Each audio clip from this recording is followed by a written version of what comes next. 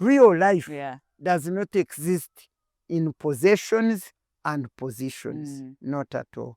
Because I haven't held any position for the last 20 years. Yes. I have no title. My title now is Mama. Mama, I'm like the mother of the nation. I am still running with the same vision, with no pay, with nothing. Why are they looking for me if they think I'm nothing? Miss Miria, thank you so much for coming on Africa Speak. Thank you very much, African Speak. I welcome you here into my compound. Yes. And I'm glad to see you. You are from Namibia. Yes. I was very, a friend of your former President. President. We are meeting there as Africans. But as you've said, Miria Matembe, to briefen my introduction, you say, yes, I'm a lawyer by profession, but a politician by calling. I say politician by calling because I went into politics because it is my God's purpose for my life. Moreover, to fight for justice, equality, and fairness of all, but with particular reference to women and girl child. Okay. Then I'm also a wife, mother, a grandmother, and most important, a child of God. I love that one also. So you're a senior citizen, but a child of God. Yes. Okay, interesting. All right, thank you so much. My very first question that I have for you, Honorable Matembe, you once called President Museveni inhumane and heartless. But my question is, do you ever fear the cost of speaking the truth to power? Me? Fearing speaking truth to power? Which power? When you see me speaking truth to power, I'm speaking from God's power into me. So I don't fear anybody. I fear God because the word of God says, don't fear them. You fear me only, and don't be terrorized by them. And if you look at the book of Jeremiah, he says, if you terrorize, if you fear their terrorism, if you fear terrorizing you, I will terrorize you myself. So when God says speak, I go and speak so that he doesn't terrorize me. So I don't fear anybody, whether politician or whoever, but I stand for what is justice, equality, and fairness for all. And if you want to know, righteousness and justice are the foundation of God's throne. And so when I'm speaking in that area, I'm very, very well protected, secured. There's a fortress around me. So I speak with authority from God, and because I'm speaking for him. I'm fighting against injustice, inequalities, and unfairness. But you don't fear them coming after your life. Have you ever been even in that situation? Did you read the words on my gate? It's praise the Lord. What else did you see there? I think I only saw that one. You see? You didn't see angels on guard. Did you see a fence? Did you see the walls, those things of these great people, what they fearing? For me, the angels are guarding my Kasumuru gate. And so when you come when you are not the right, you will not enter my gate. So I don't fear them. And again, why I don't fear? What would I fear? Losing a job? Is the job is it the one that sustains me? What would I fear? Dying? Can I fear what will happen to me whether I want it or not? Is there anybody in this world who will not die? So how can I fear dying? Because dying, nobody determines the time I will die, how I will die, what will happen when I die. It is God who created me, who determines, who knows when I will die and how I will die. So I don't fear, I can't stop myself from dying. What if, according to God, I'm supposed to die when I'm fighting for justice? I must fulfill God's purpose for my life and his timing for my life. Yeah. So for me, when I see people fearing, I fear, I take a job. If God doesn't want you to work, will you work? That job, when you get it, it is by the grace of God. I think it is all about our attitude, our mentality, our belief, and our faith. I think that's what determines whether we are courageous or fearful. Yeah. Okay. So what will you say is one of the bravest thing that you ever did in your journey of politics, in politics? Bravest thing? That you ever did while serving in politics? I think it is a continuous thing because I fight. I fight. I deliver the women who are suffering. I deliver all this. But if you say in relation to those presidents for you whom you fear, because I was a member of the Uganda Constitutional Commission, and we made the Constitution of Uganda, and Ugandans said you cannot, we must limit the presidential term to 2 terms. And when time came for President Museveni to leave power, he didn't want to go, he wanted to stay. And by then I was his minister, moreover the first minister for ethics and integrity, responsible for fighting corruption in Uganda and building ethics and integrity in public office. So when you called us, tell us how you wanted to remove the term limit, I faced him right and said, sir, I'm your minister for ethics and integrity, and here you are wanting to manipulate the Constitution of Uganda. And I want to tell you that I cannot support you because that manipulating the Constitution of this nation to remove the term limit is completely unethical and corruption. And I told him directly. And you know what? He sacked me. He dropped me from his ministry. And I can assure you, ever since he dropped me, corruption has multiplied and multiplied. And if you ask Ugandans, who is the Minister for Ethics and Integrity, they will tell you it is Matembe. And ever since I left, I think there are about 5 more ministers behind me. But if you ask Ugandans now, aren't you Ugandan? If this one could know perhaps, but because with the media people know a lot. But if you ask Ugandans who is the Minister for Ethics and Integrity, they don't know that. So, and then from that time, you said what was the greatest. From that time, I have stood up. You have quoted what I said. If I see somebody heartless, you know when I talked about that heartless, which you have quoted, it was in relation to this man, Dr. Besigye, who is in prison, incarcerated for illegally, wrongly, and that kind of thing. This is a man who was in the bush fighting with President Museveni, who was his doctor, and he came to this country and he served. But when he offered himself as a candidate to contest against Museveni, that man has suffered all his life. And can you imagine somebody who was your doctor? Somebody who was who treated you and cared for your life, and somebody who came and served with you, and you make sure that he suffers, he's mistreated, he's dying in prison, isn't that heartless? Inhuman and heartless. And I say it publicly without fear because it is true. What does the word of God say? Truth will set you free. So I speak truth and it sets me free because I'm protected. And one thing I want to tell you, if you are not within the protection of God who created us, and you start to speak the truth wherever, you may be in danger because you are not shielded. For me, I stand in the word of God. I will tell you, if you go and read the book of Jeremiah chapter 15 verse 19-21. I want people to read it.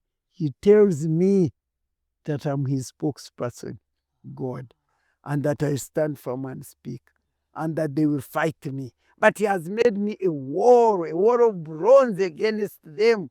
Even if they do, they can't defeat it. So if you have a promise of God, will you fear? Yeah, we won't fear. But then, like, with you standing up like that, especially against the president, and you see now the other people end up in jail, other people end up like, I don't know. But you yourself, are you like you? I know you are protected by God, but are you not scared to find yourself within that situation? Imagine. Or have you ever? With all this, do you want to know? Eh. In fact, this person can go and bring this certificate. Mm. Was that very man whom I tell those words? Yeah. The other day, Mm. I was at State House being rewarded, acknowledged as one of the most effective, distinctive leader, an example of good, effective leader of integrity and being a role model to the young generation. So what do you say now about that? Instead of doing what you say could be done to me, the opposite. If you want, you will even go and photograph that. Just on 17th this month. This year. Yes, I was unexpectedly invited to State House and I received an award, a national award in recognition of my distinguished service, an example of good public leader and a mentor of the young young generation. Are they softening your heart, or are they like They are acknowledging. they are acknowledging? It was not Museveni who is acknowledging. Eh. It is Ugandans. If Ugandans have done research and they find, wow, that is a great woman leader who is an example, a good example, a role model for good leadership in this country and for the young people. Now, why do you say they are attracting me? That's who I am. Yeah. I have never been acknowledged for anything. I served this country for good 30 years. But when I told President Museveni, no more you want, they chased me and threw me. They were throwing me like into the garbage of dustbin of garbage. But do you know where I fell? Into the hands of God. People say that you fell from glory to grace. For me, I fell from worldly glory to God's grace. And here I am, talking with confidence. No pension, no gratuity. They didn't give me all that. Really? No. But can you claim the pension? They should give it to me, but if they don't want, they don't. But I'm here. 20 years ago, have I starved? Have I lacked?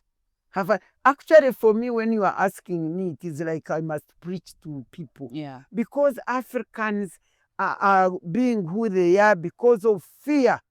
They fear the gun. They fear for loss of job. They fear all sorts of things which they fear. Yeah. And yet when they stand with God and they don't fear, we would win. When you see this, they are being bought, they are being what? Wananget fat fachi.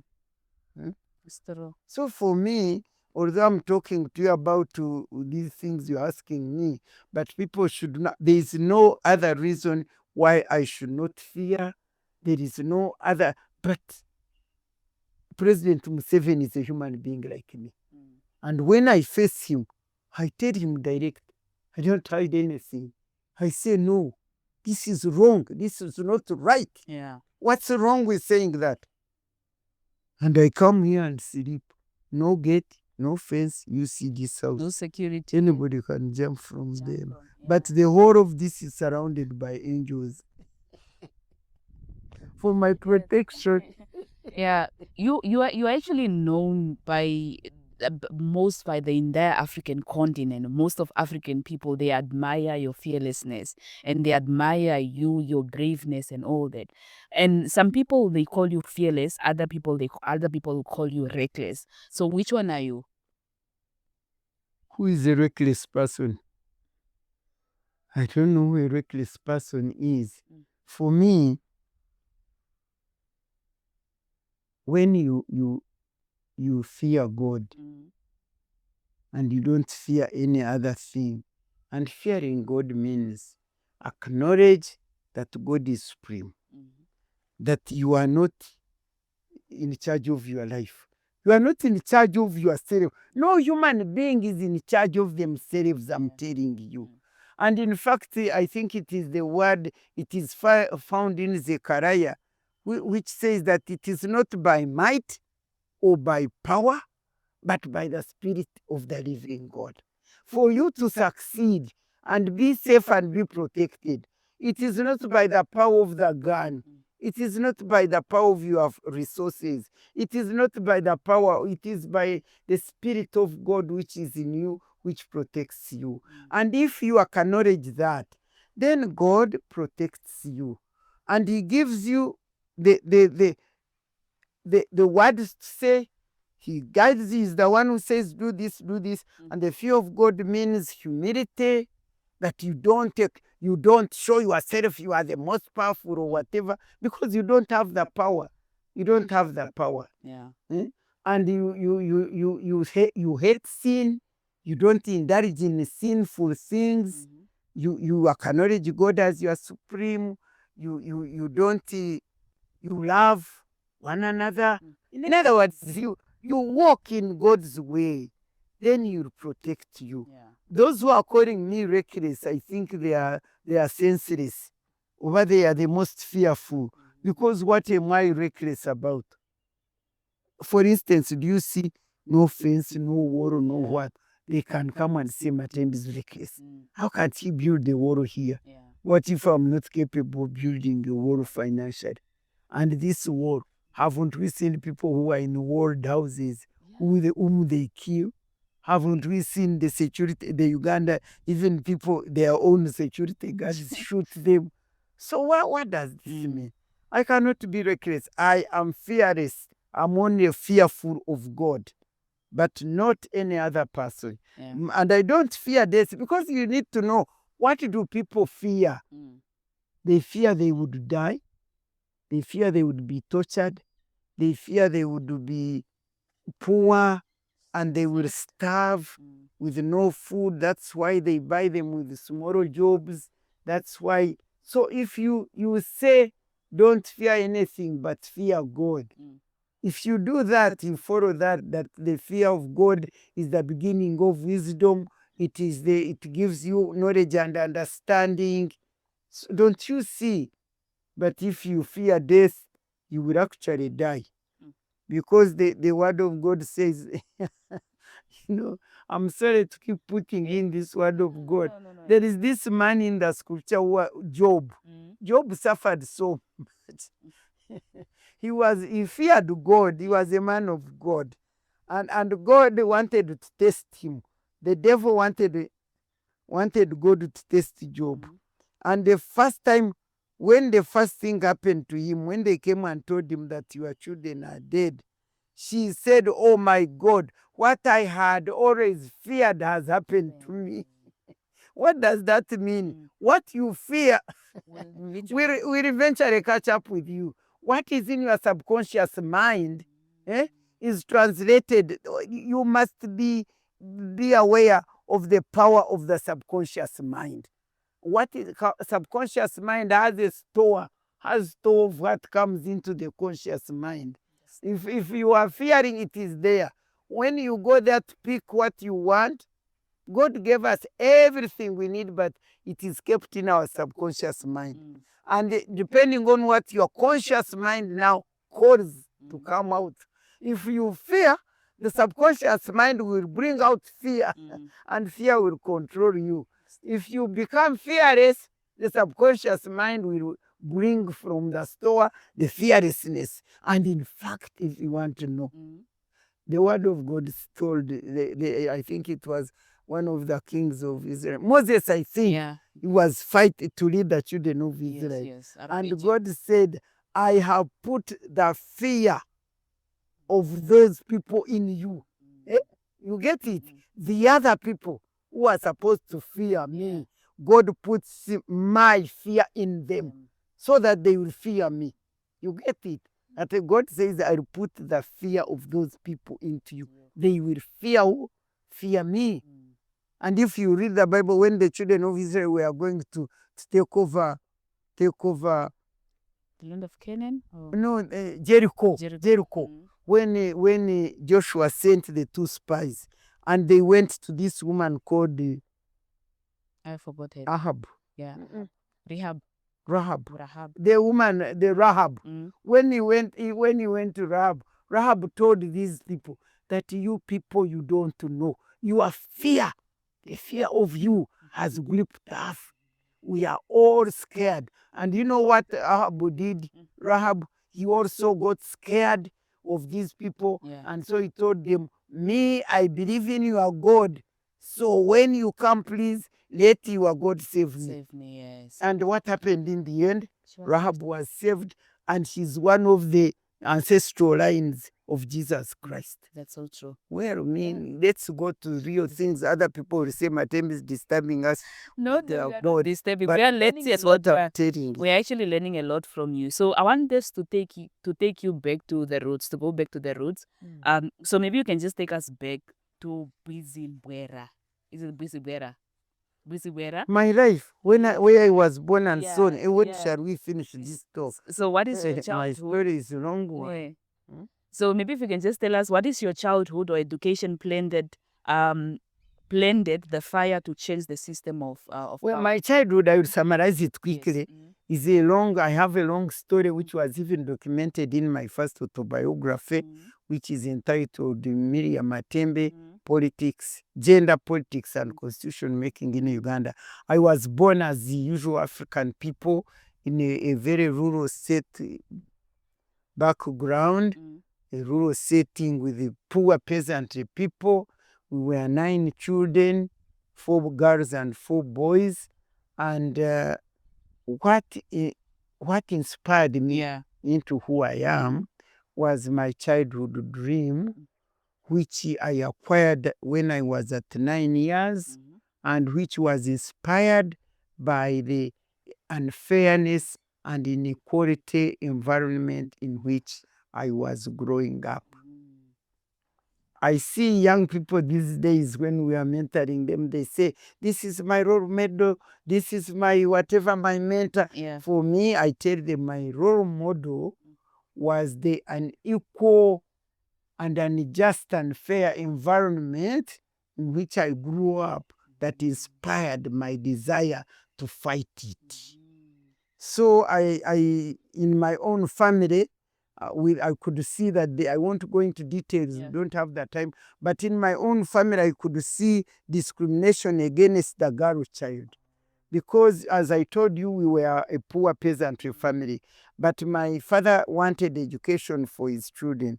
Good enough for us, he took us to school. All of you guys. All of us, boys and girls. Unlike other neighbors whose girls never went to school and boys would be going to school.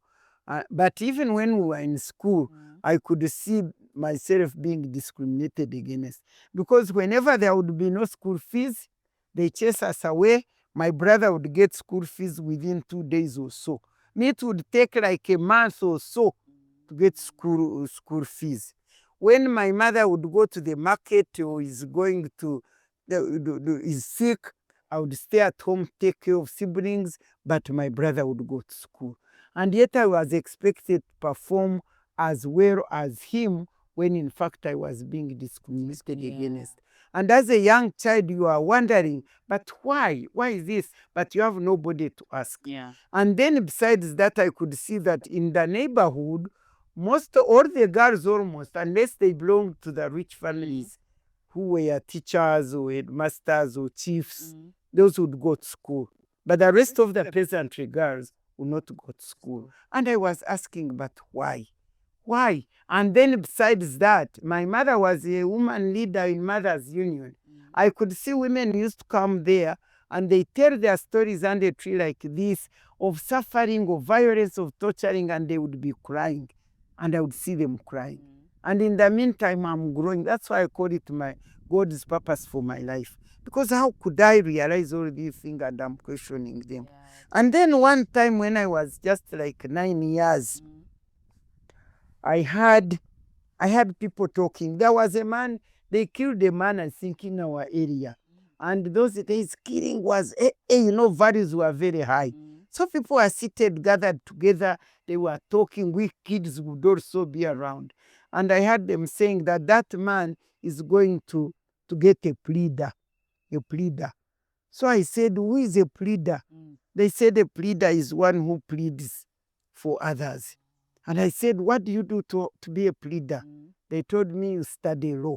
So I said, at 9 years, I made up my mind. When I grow up, I will study law because I want to be a pleader for girls and the women who are being discriminated.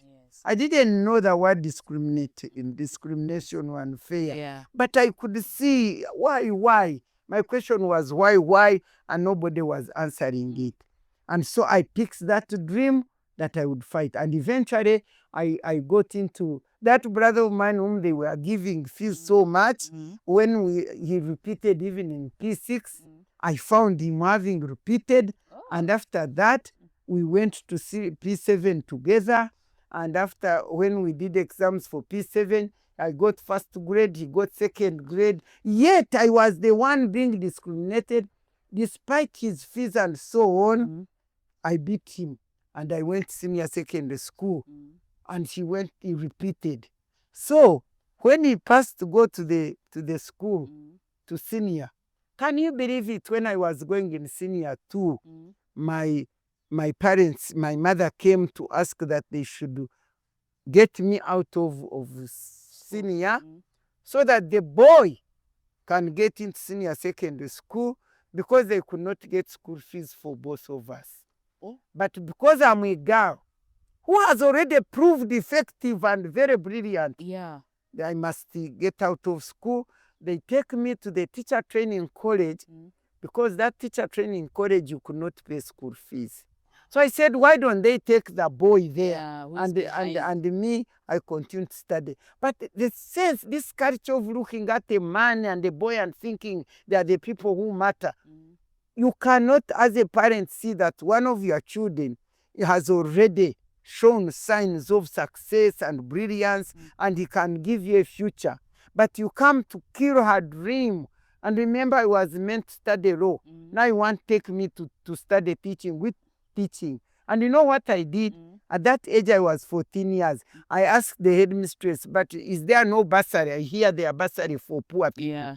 He said, you can go to Mbarara District Education Officer and ask for bursary. And I told my mother, do you know where the district education officer is? She said, yes, but I don't know how to speak English. I said, don't worry, leave English for me. And I went, it was a long time, a long process. 14-year-old girl going to see a district education officer, imagine. We sat there, but finally, he walked out of his office. He found us seated there. We had been there up to lunchtime. We don't know how to enter. You don't know what other people were entering. But as soon as he walked out, I said, woman, what can I do? I stood up and said, sir, I want fees. I started crying. He said, okay, you come. We go to the office with my mother. And I'm the one talking because my mother did not know the English. So I said, you know, they are treating me fair. I want to study law. They want to get me out of school. The headmaster said, the district education officer said, okay, which is your school? I said, Weranyanyi. Said, okay, you go back to school. I will send a message. And I told my mother, you go home. They've told me to go back to school. And within a week, the headmistress who had brought me sad news brought me the good news. So I studied, I finished. Now I go to HSC. So when I went to HSC, and that brother stopped at senior O level, he went to study, is it technical, whatever.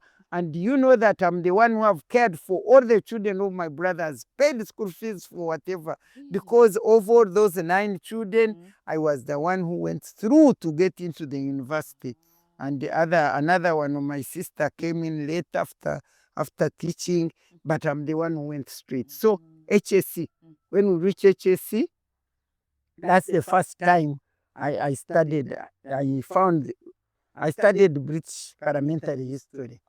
You were talking of how people are speaking in parliament, I said, so the law which I want to study and see what it is saying is made in parliament. Originally, I had wanted to study this law, see what it is saying. If it's wrong, I go into our village, I call all these women, I say, please let us refuse, they are cheating us and that kind of thing. Now, reaching HSC, I learned that the law is made in parliament. I said, hey, I enlarged my dream that when I finish studying the law and see what if it is not right, then I will go to parliament and change that law.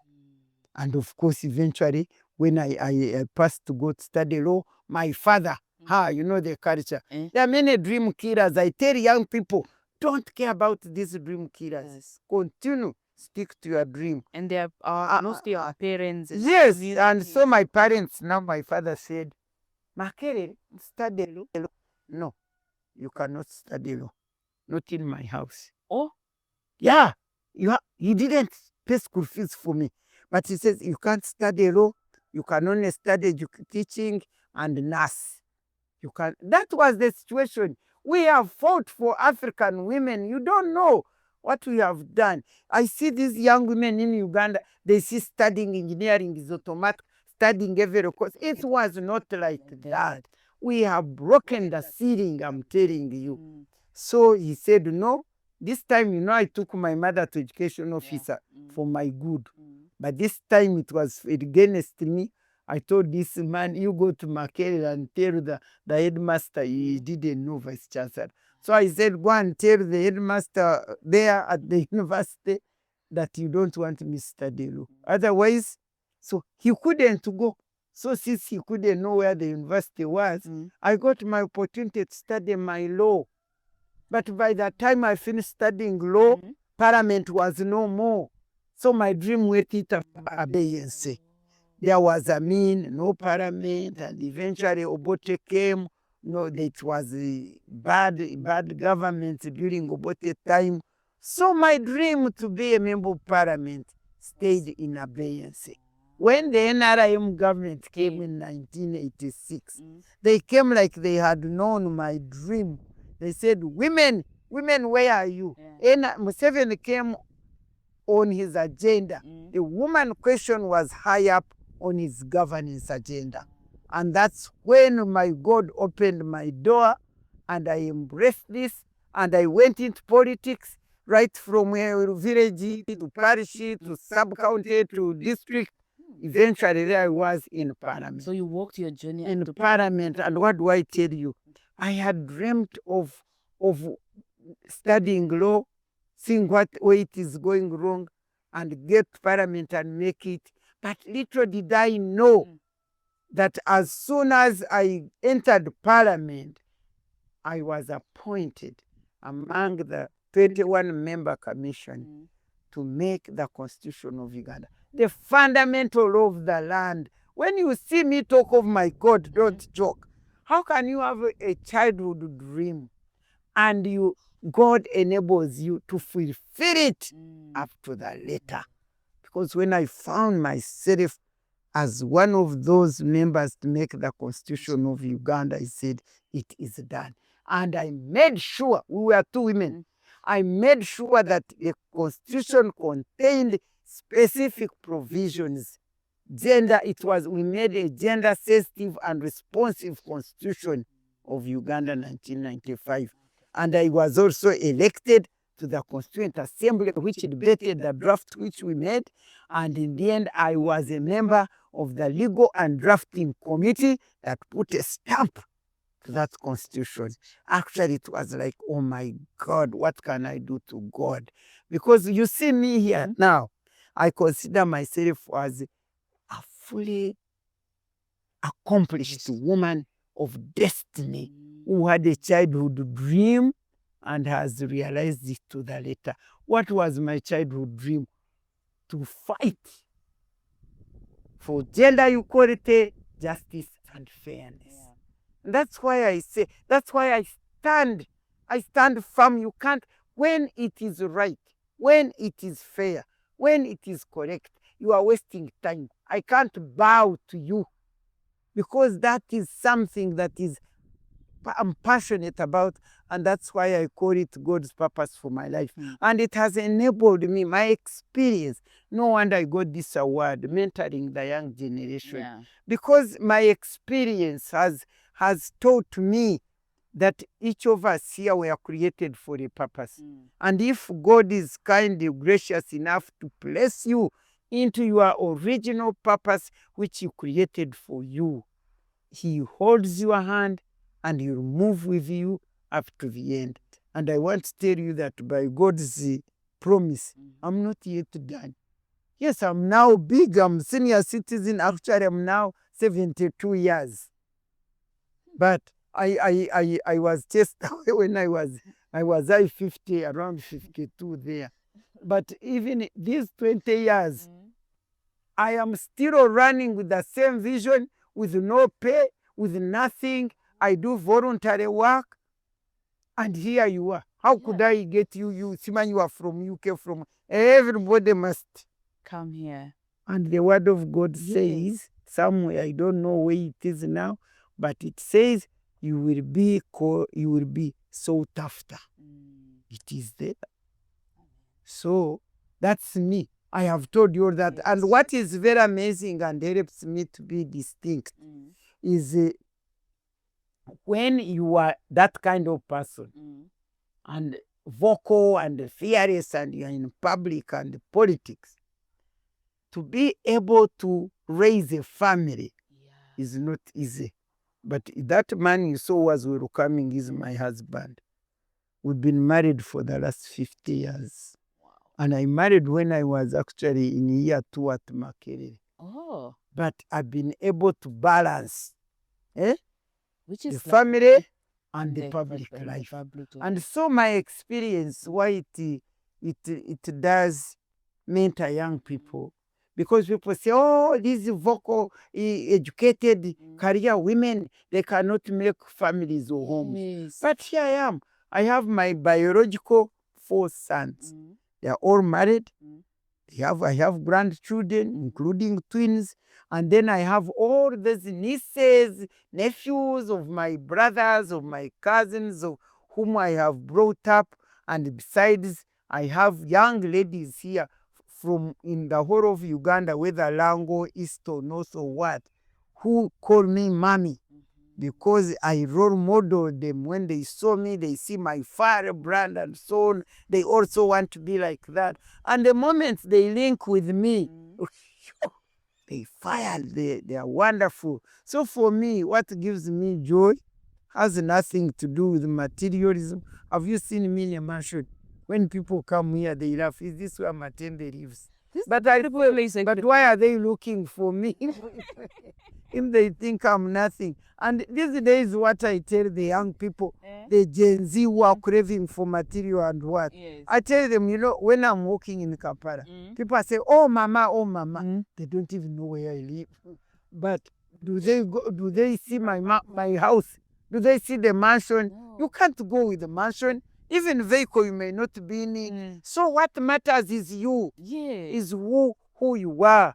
And that's why I tell people that my experience has taught me that real life does not exist in possessions and positions. Not at all. Because I haven't held any position for the last 20 years. I have no title. My title now is Mama. Mama, I'm like the mother of the nation. Everywhere, that's my title. But it doesn't matter. But what matters is not positions and possessions. Because positions and possessions are given to us by God to use them in serving the purpose which He gave us for the benefit of His people. On this earth, we don't come for ourselves. We come. In fact, the book of John, chapter 15, verse 16 says, I chose you. You didn't choose me. I chose you and appointed you that you may bear fruits that would last. I want you here listening to me all the way from Namibia. Yeah, I don't know how you even came to know about me. That means fruits are lasting. That means I'm bearing fruit. And therefore, I tell people, please don't bother about positions. Don't bother about materialism. Don't bother about mansions. Don't bother about be able to know who you are and identify the purpose for which created you for, and serve it in such a way that it gives him glory. That my struggle, my life, I want God who created me to be glorified through my life. So that when they see me, they say, oh, this woman of God, God is glorified in my life. That is your title. Woman of God. That is your title. Your greatest title. Yes, but not the other pastors who tell people lies. These men of God, women of God who are pastors, they tell lies. But you need to be woman of God, because your focus is to identify his purpose for you and serve it with such integrity, with such honesty, with such commitment, that your service gives him glory. Then for him, he will elevate you, and you people are from UK, from where will be looking for me, because God has guided you here. Not me. Exactly. I want to ask, because now we are living the new generation where we believe like a woman, you must be an independent woman, you don't need a man. And also and also like as a woman, as an independent woman or a feminist, you cannot balance between career, and you should not be a housewife and stuff. And mostly like that, most women that always are speaking up against injustice and some, they cannot be handled at home, and you cannot have a husband. You are like the husband at home and stuff like that. So how do we, like, because of that narrative that we have now as young people, or the new generation, is that how it is? Or but where do you get it? That's the impression or whatever as young people. Now, to begin with, it all comes from a misunderstanding of God's creation. Because when God created a woman, a man, he found that he was not complete. And so he said, this man without a helper cannot do what I've created him to do. He said, I must create a suitable companion for this man. What sort of companion did this woman would be? Because God had created many things, as we see, until he created, he saw that everything was good. And then he said, who will take care of these things? He wanted to be thanked and praised for the good creation he had made, and he wanted somebody to govern the things he had created. And so that's how he said, let us create a man in our own image to manage these things. When you created man, what people don't know, he created the man over these things, to worship and praise him and thank him. And after the man was created, he was there like a statue. He could not talk, he could not do anything. And if you read the Bible very well, the man, God did not assign any responsibility to this man. You read, he told him, he is the garden, just pick fruits and eat them. He said, tender the garden and eat the fruits. He didn't tell him to do anything apart from tendering the garden, like you dig and eat your fruits. In the meantime, he said, no. This man, God, there was a gap in the man. The man was not complete. Nobody wants to do work which is not perfected. God wanted to perfect his completion of creation, and he had now a suitable helper for this man. And that suitable helper for this man was the woman. And the woman, as the word of God says, came from the rib. While the man came from the clay, we came from the rib. But which is harder? Which is tougher? Is it the clay or the bone? The bone is tough and finer than the clay, because God was looking for a helper who would fill the gap that was in man. You get it? Yeah. And what I'm saying is true. I will not prove it as a scientist, but I will prove it factually. As we see existence. You need to see a man without wife. They are just helpless. They are there, they miss out. They are not complete. And I usually tell this to when God gives me revelation, people think that the kind of help that God meant was to wash clothes for this man, to wash, to make beds, to cook food for this man. They thought that that is the help God wanted. But I remind them that in that Garden of Eve, there was no bed to make. There were no sheets to wash, no food to cook. We could go and pick a fruit. There was no clothes, no nothing. So the type of help God meant was intellectual help, was emotional help, was wisdom. It was not just things that they cook or whatever. No, there was a gap in a man's head. And God wanted to be fit.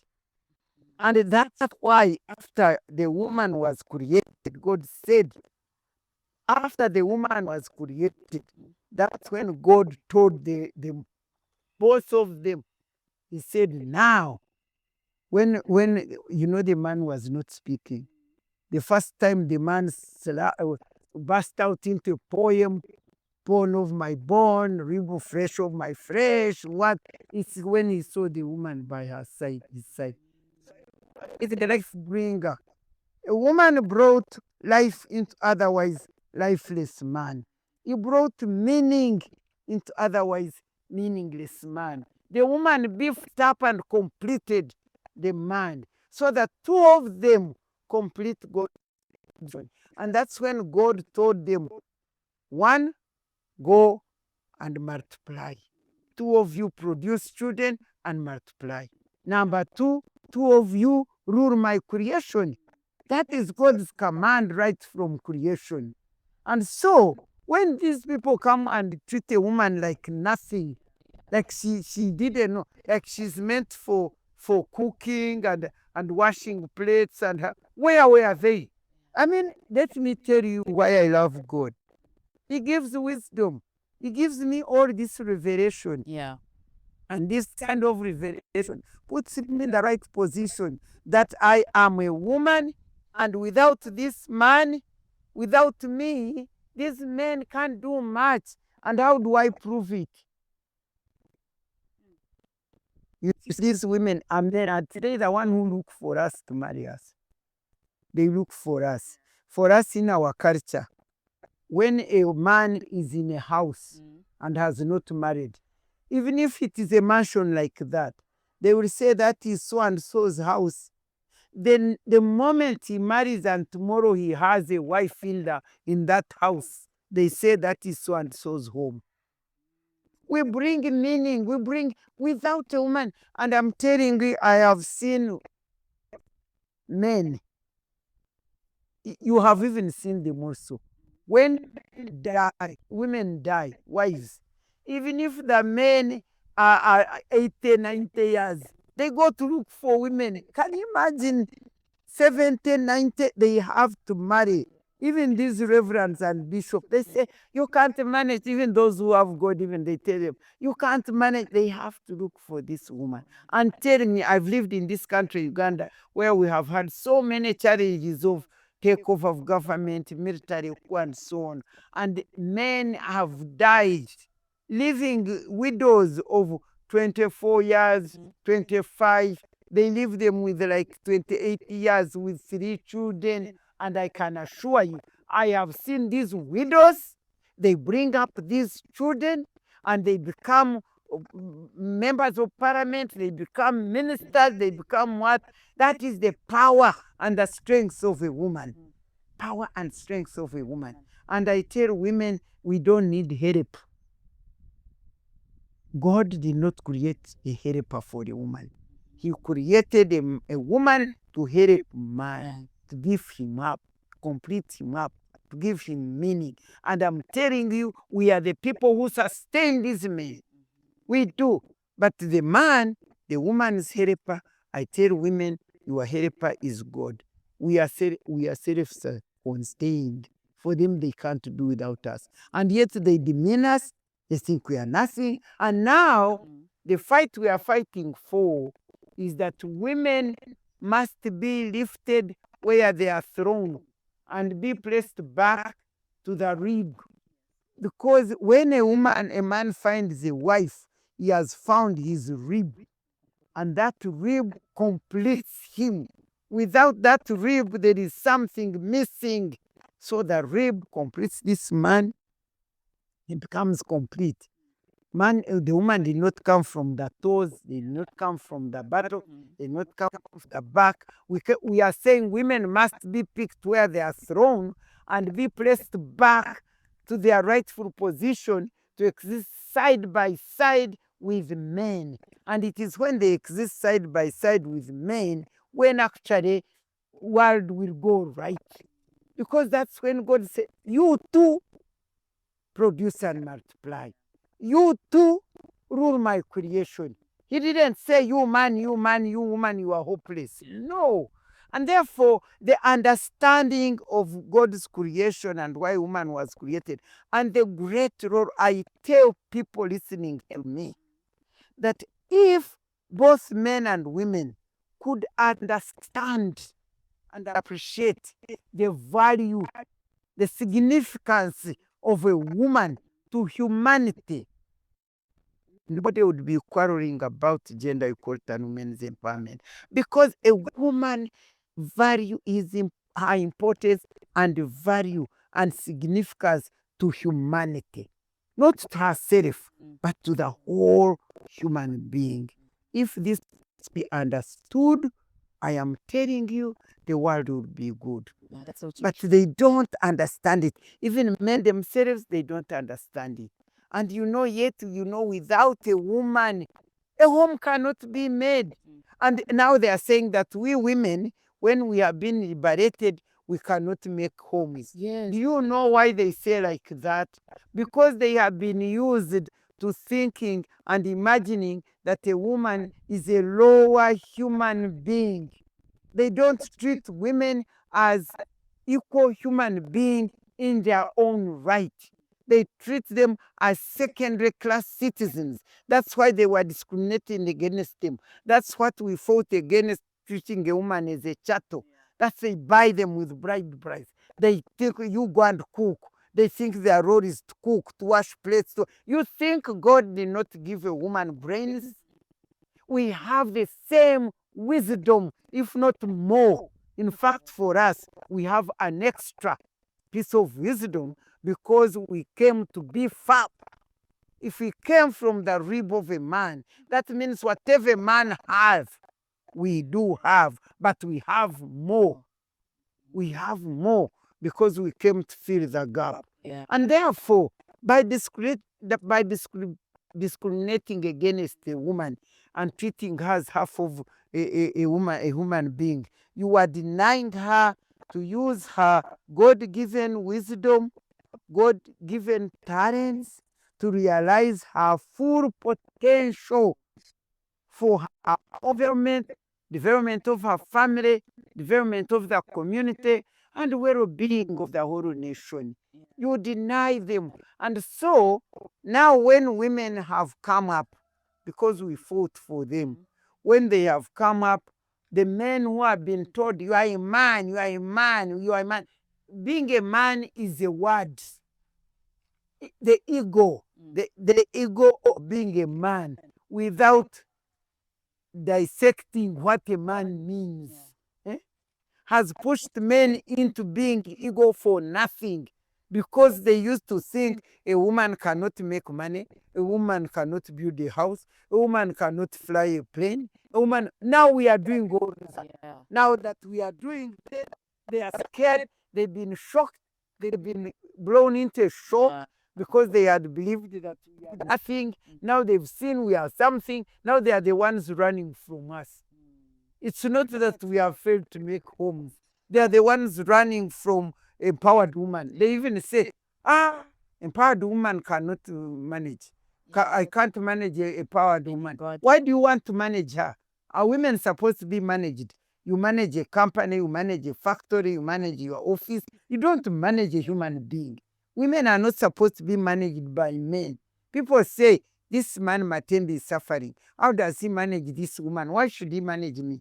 All she needs is to understand me, love me, and support me to do what we must do together to make this home. Therefore, I don't blame the women, I don't blame the men, I blame the whole society which has refused and is resisting to understand the value and significance of a woman's humanity. Yeah, and as young women growing up, how that we maintain that respect with us being educated and being empowered, also seeing that value that the men into society. But I also make them. Because in women that are empowered, and then we end up disrespecting men. And then so how do I maintain that? I go to parliament, but when I I'm still a wife, even if I'm So married. what does that mean? I'm still a wife. What does you only teach you? Yes. When you recognize that this wife who you have has got a public role to play, and that public role to play, like being a member of parliament or a minister, is very important for the nation, for the families, and for good of this nation. Now, you have got to create conducive environment which first enables her to do that public role and at the same time the family role. You are not going to say this woman who is now in office 24 hours and doing all the work, that when she comes home so tired, you say, where is the food? We have not cooked the food. Because if you are the one now in the home, you see what happened, the problem was what brought the breaking of marriages and so on. Because the men were known to be the one to come home later, they were the ones to come and women open for them. They were the one to do nothing but come. For them, they say they earn money, they bring food, and the woman is cooking and taking care of the children. But whatever the woman was doing was not valued. It was looked at as rubbish. It is not recognized. It is not acknowledged. That's why I got up to fight. You don't joke with me. And that's why I call all these women who are fighting. They fight what is right. You don't fight the man. I'm not fighting the man. I'm fighting for my rights. And I'm not fighting sitting in his chair. I'm fighting to get my own chair. You get it? Because even you see, I usually say, even when there are functions, people who are sitting in the chair, all of those who get chairs, they don't fight. But if the people have nowhere to sit, you see them coming in, fighting for where to sit. But if in this home, I have my responsibility, and you have your responsibility. By the way, the whole issue of gender equality and women's empowerment now merges together the responsibility. It defeats this the gender ideology. The gender ideology is one of the causes of our problem, basically, actually, because gender ideology identifies public and private space and makes them difference. And he allocates the public space to the men and the private space to the women. And then it undermines or demeans the role played in private space and promotes the role played in public space. And therefore, since you are in private space, you don't need education, you don't need to use your talents and your potential. You have to be in the kitchen cooking. You can't question for your rights. You can't do what. And the one in public life, although he's doing nothing, for instance, men can be there in public office. They are working, they are drunk, they come home when they are drunk. They are not even taking care of the family. They are not even men, because who is a man? A man is not just in a name or being put in trousers. There are certain responsibilities that are accredited to this man. But what do the men these days do?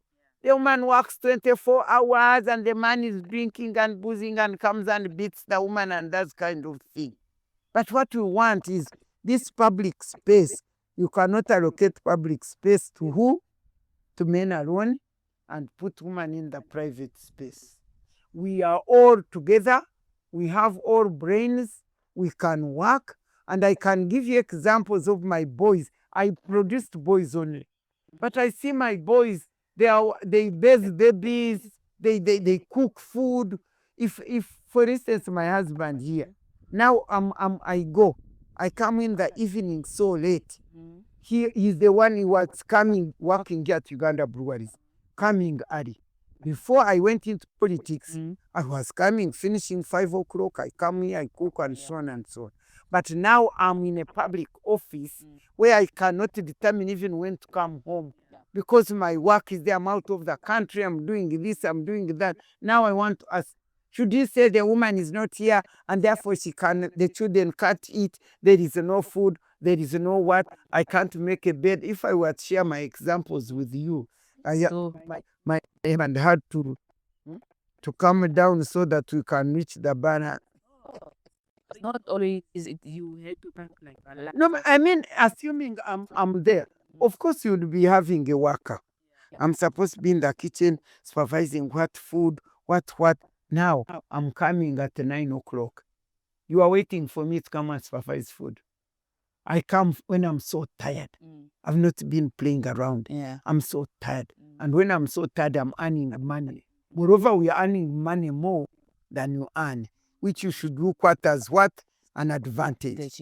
Because if I'm earning more, because I'm a minister, I'm earning more, I have facilities, and for you, you are here working as a brewer. Yes, you are earning your salary, but when I bring this money, I put it on and we do better.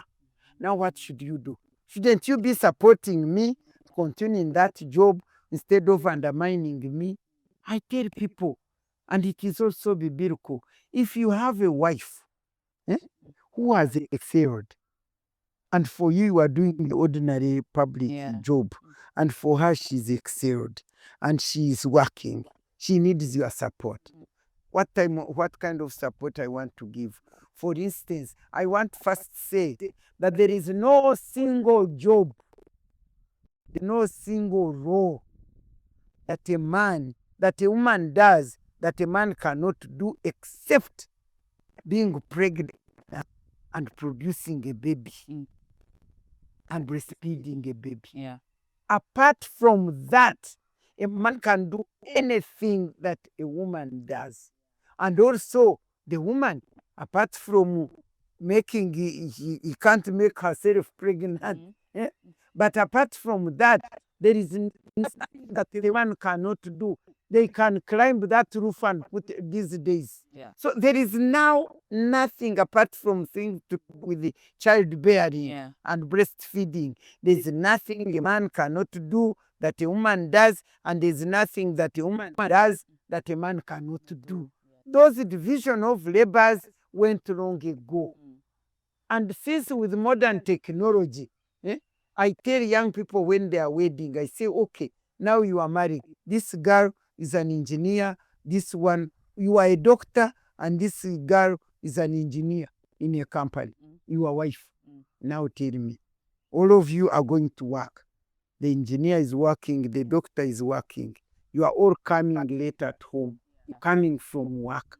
Should you really come, and as soon as she arrives, she has baby, she has to make the bed, she has to cook the food, and for you are seated there, you are on your phone, iPhone, or you are watching TV, and you are waiting, madam, the food, when will you bring the food? She has come home tired. You are also tired, and there are now machines. There is a microwave, there is a cooker, there is these dry fryers, there are these machines. Now, if I'm in the kitchen now, prepare, maybe peeling matoke, maybe for you don't want that hands.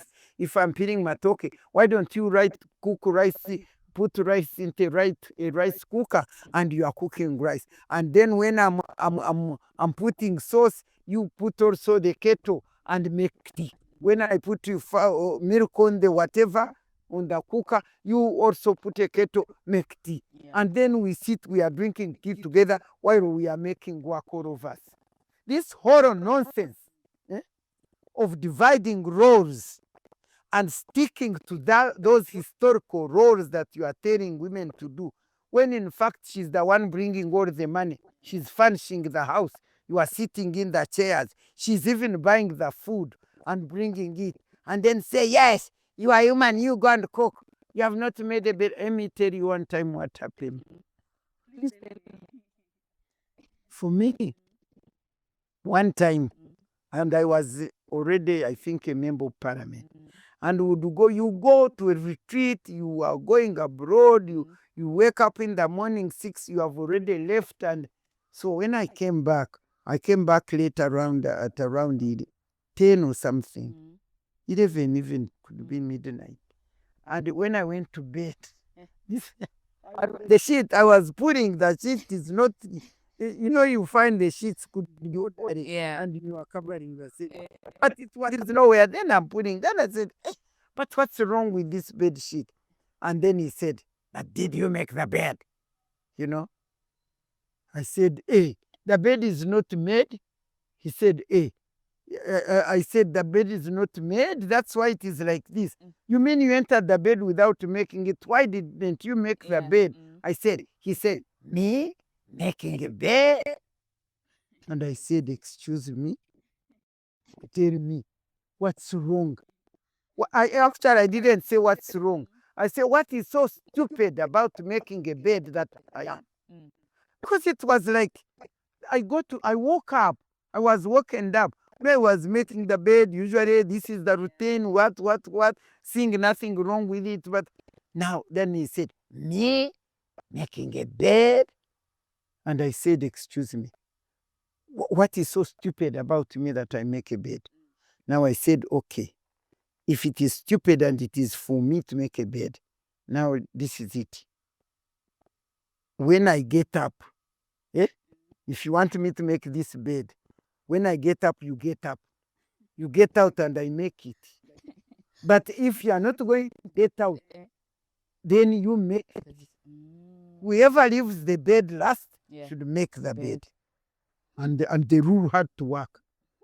And this time it didn't come so easily. Because I realized, you mean I'm stupid, making a bed is silly. So I said, okay. And this guy started making the bed. And did he stop being a man? And because we are going slow, there are many examples I could give, but we are going slow. One thing I want to say is that when you handle things like that, eventually you come to understand one another. Because I remember when I was made a minister, and I wouldn't, I would come so tired. And, one time I came so tired and I want to go to bed, and I said, I'm going to bed. Kumbe, for him, he had got some nice goat meat, and he boiled it. We loved boiled goat. So when I went to the bathroom, he came and said, by the way, I have prepared some good boiled rib for you to take. I said, I'm really tired. Let me go bathe and sleep. And I can assure you, I can tell you, by the time I got out of the bathroom, I found he had got a bowl. He said, at least take the soup. He had put this soup in a bowl and the ribs and brought it by the bedside. For me to take it because I was tired.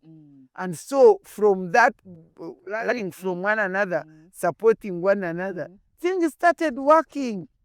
And making a bed did not make, and boiling the meat and taking it did not turn him into less of a man.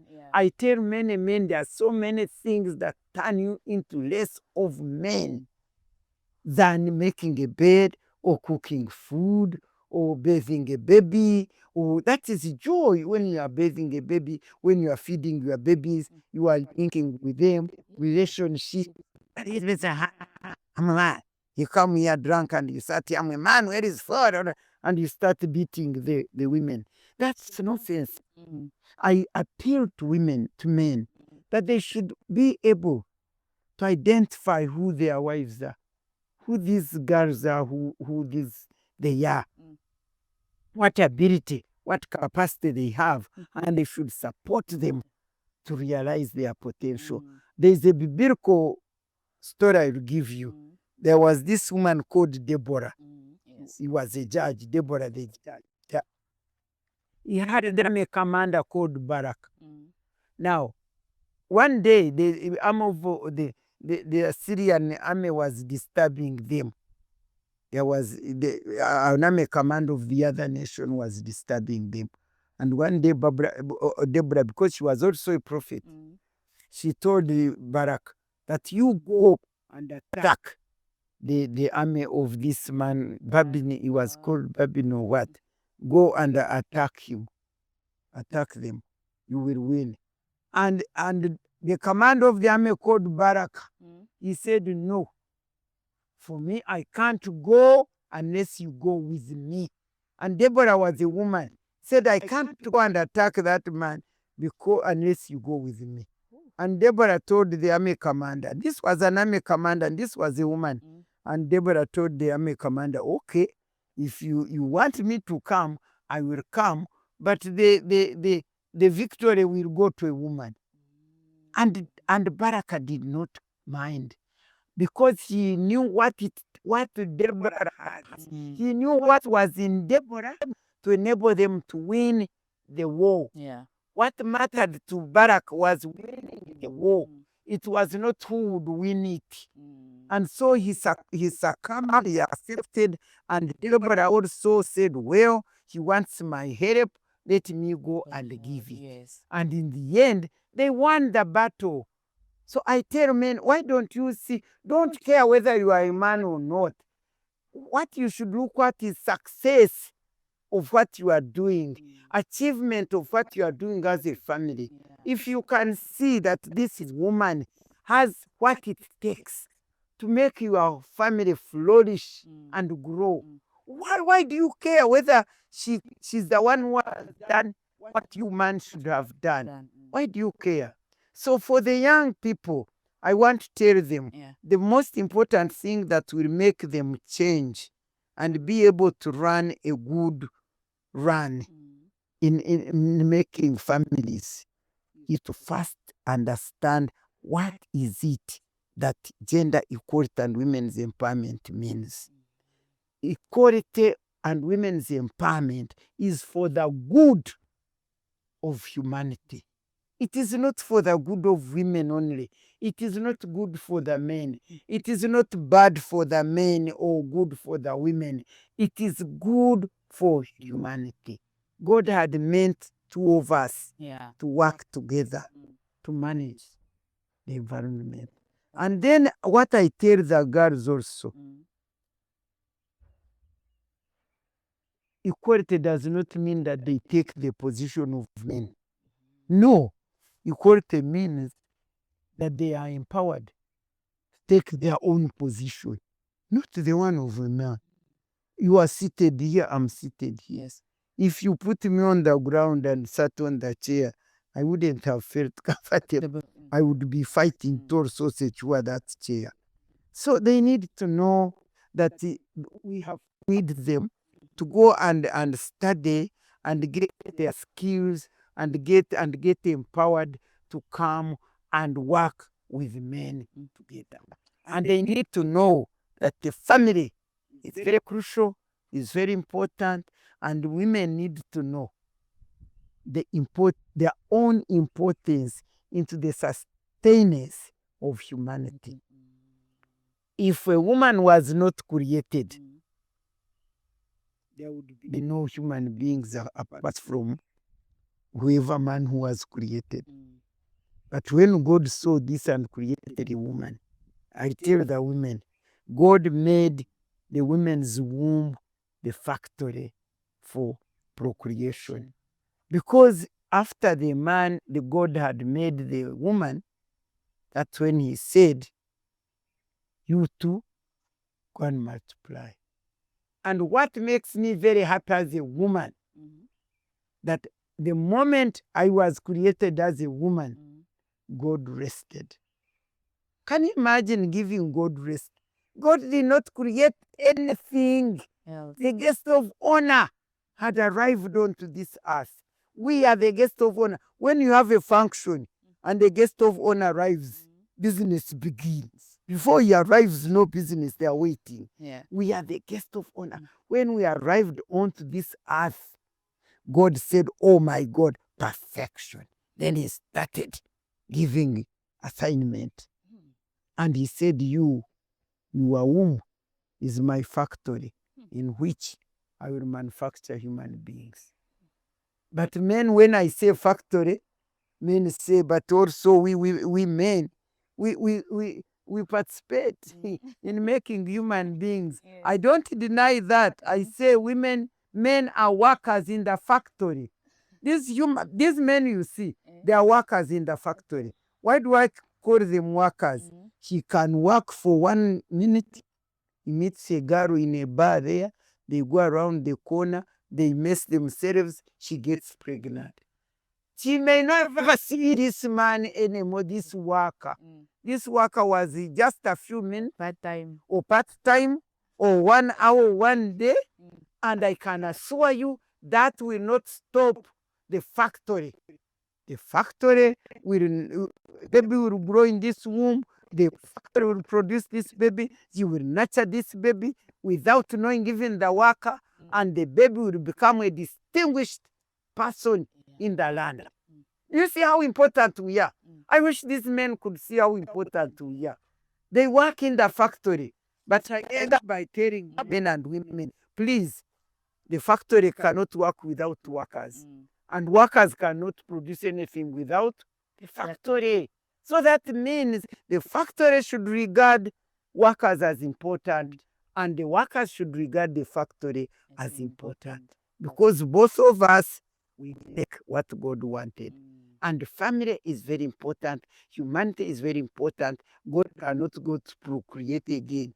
And therefore, men and women must marry. They should produce and they continue producing. Yeah.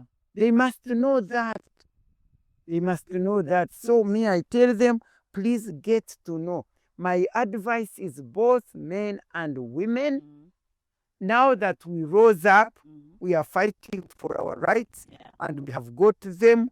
Our rights are not to neglect our responsibility.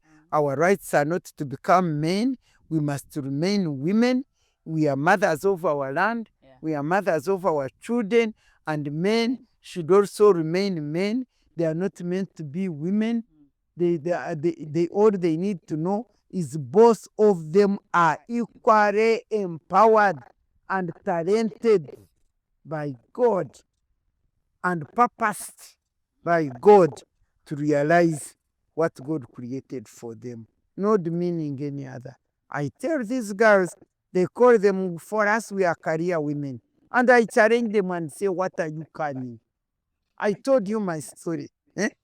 I worked good 30 years. Yes. When I objected to removing of it, when I stood for what was true, I was thrown out into, like you throw me into the garbage. But I want to ask, where the career threw me down. If I did not have a wonderful, beautiful family of my children, my husband, and if I didn't love God, what would I be carrying? At least where I came down, I carry my family. My guys are there. They've given me grandchildren. They've given me, if you ask me, is it being a lawyer that makes me happy right now? Being a lawyer, so what?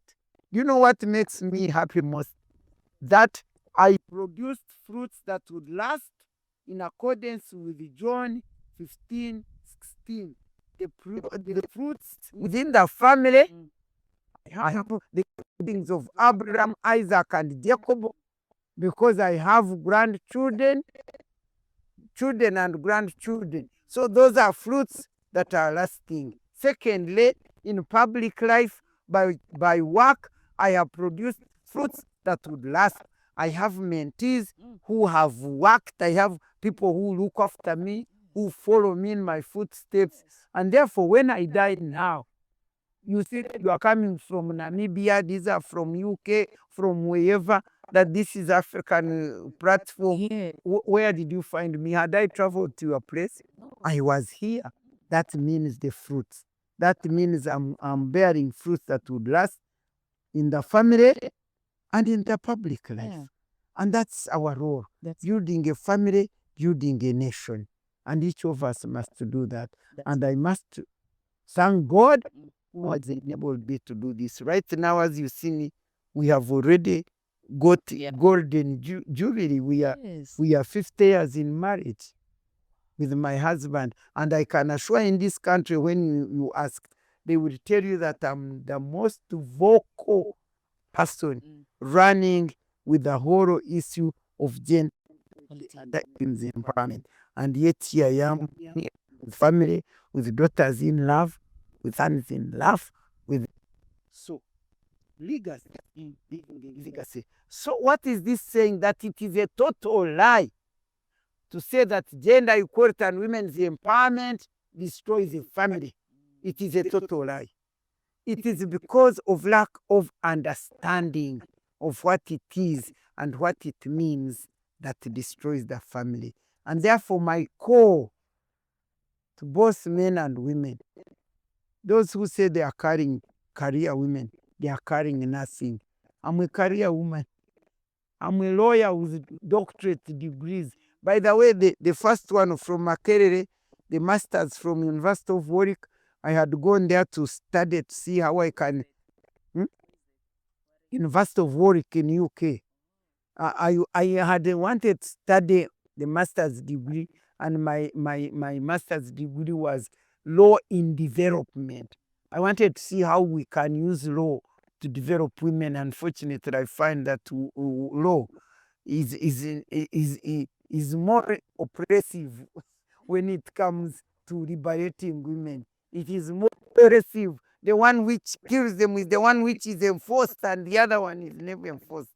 And the doctorate, I was telling you of a legacy, the doctorate in the University of Victoria University was an honorary doctorate of laws, which was given to me for the distinguished work I have done mentoring in the fight for gender equality, women's empowerment, and being a role model to the women of Africa and the world.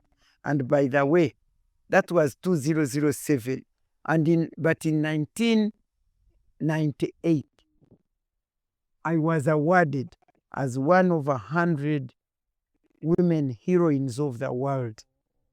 100 women heroines of the world, who for the 100 years since the fight for gender equality and men's empowerment, which was 1898 up to 1898, between 1898 to 1998, they chose 100 women of the world who have made a tremendous impact, fearfully, fearlessly fighting, empowering the girls and the women for those last 100 years.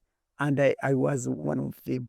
So I got an award. I have my certificate in there, and they called me to New York, and I held the Uganda flag. I remember they gave me $1,000 to come and use it for my work for women. So you can see, that is my legacy. That is who Matembe is. And up to now, I'm still running. Even since morning, I received 2 calls. Women, this one is dismissed from the job. This one, or the husband is disturbing. This one, I rested. I was retired 20 years ago, but up to now, I am busy working just to agree with the word of God. Jesus told his disciples and the people he was working with that as long as my Father is working, I am still working. And I want to actually go back. Thank you so much for that. And they helped all the women, especially the young women and the young that was and so they've taken a lot, and we're also learning in that. And I want us to move back to go back. Because you helped change in Uganda's constitution in the 1990s. So, and I want to know, looking at Uganda today, do you think it has, do you think it's still serving the constitution is still serving the purpose that you imagine, like secure democracy for the future generation, or do you believe, or do you think that it has become a failed democracy? I quickly say it is a failed democracy because right now in Uganda, which they are talking about, that they go elections which are rigged, which are bribe. Right now in Uganda, we have what we call, I call it a militarized thing or form of democracy. The truth is that really our president is a military dictator. He even declares it and says, I'm Sabarwan. They fight, I don't know how to put that word in English. The hero fighters. He says, I'm Sabarwan is the hero fighters. So and what hurts me and what chased me from him was, lies. He came with a 10-point program. We all embraced it because we were coming from very, very far. We were coming from very far. To be honest, by the time President Museveni, people who know our history,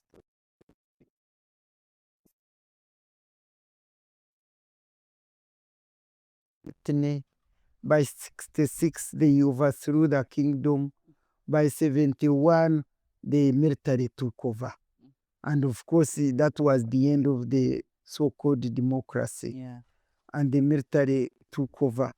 And we ran up to 1979 in a military dictatorship. And then they mobilized themselves and the army took over again.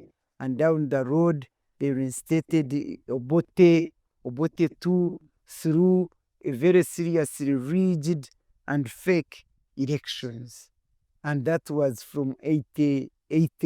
And once that happened, President Museveni with the team ran to the bush to fight to secure democratic governance. And so for 80 to 85, we were in a very chaotic environment. You read and you find all these things. So when Museveni came here, we welcomed a democracy 10-point program. It was such a wonderful program. Democracy, unity, fighting corruption, building integrated, self-sustained economy. They were 10-point program and we all embraced. And to be honest, the government of Museveni, the first Museveni government, people don't know the Museveni 1 and Museveni 2. Oh, they are? Yes, there is a Museveni 1, which was from 1986 to 2006, where the country of Uganda was being governed through a movement.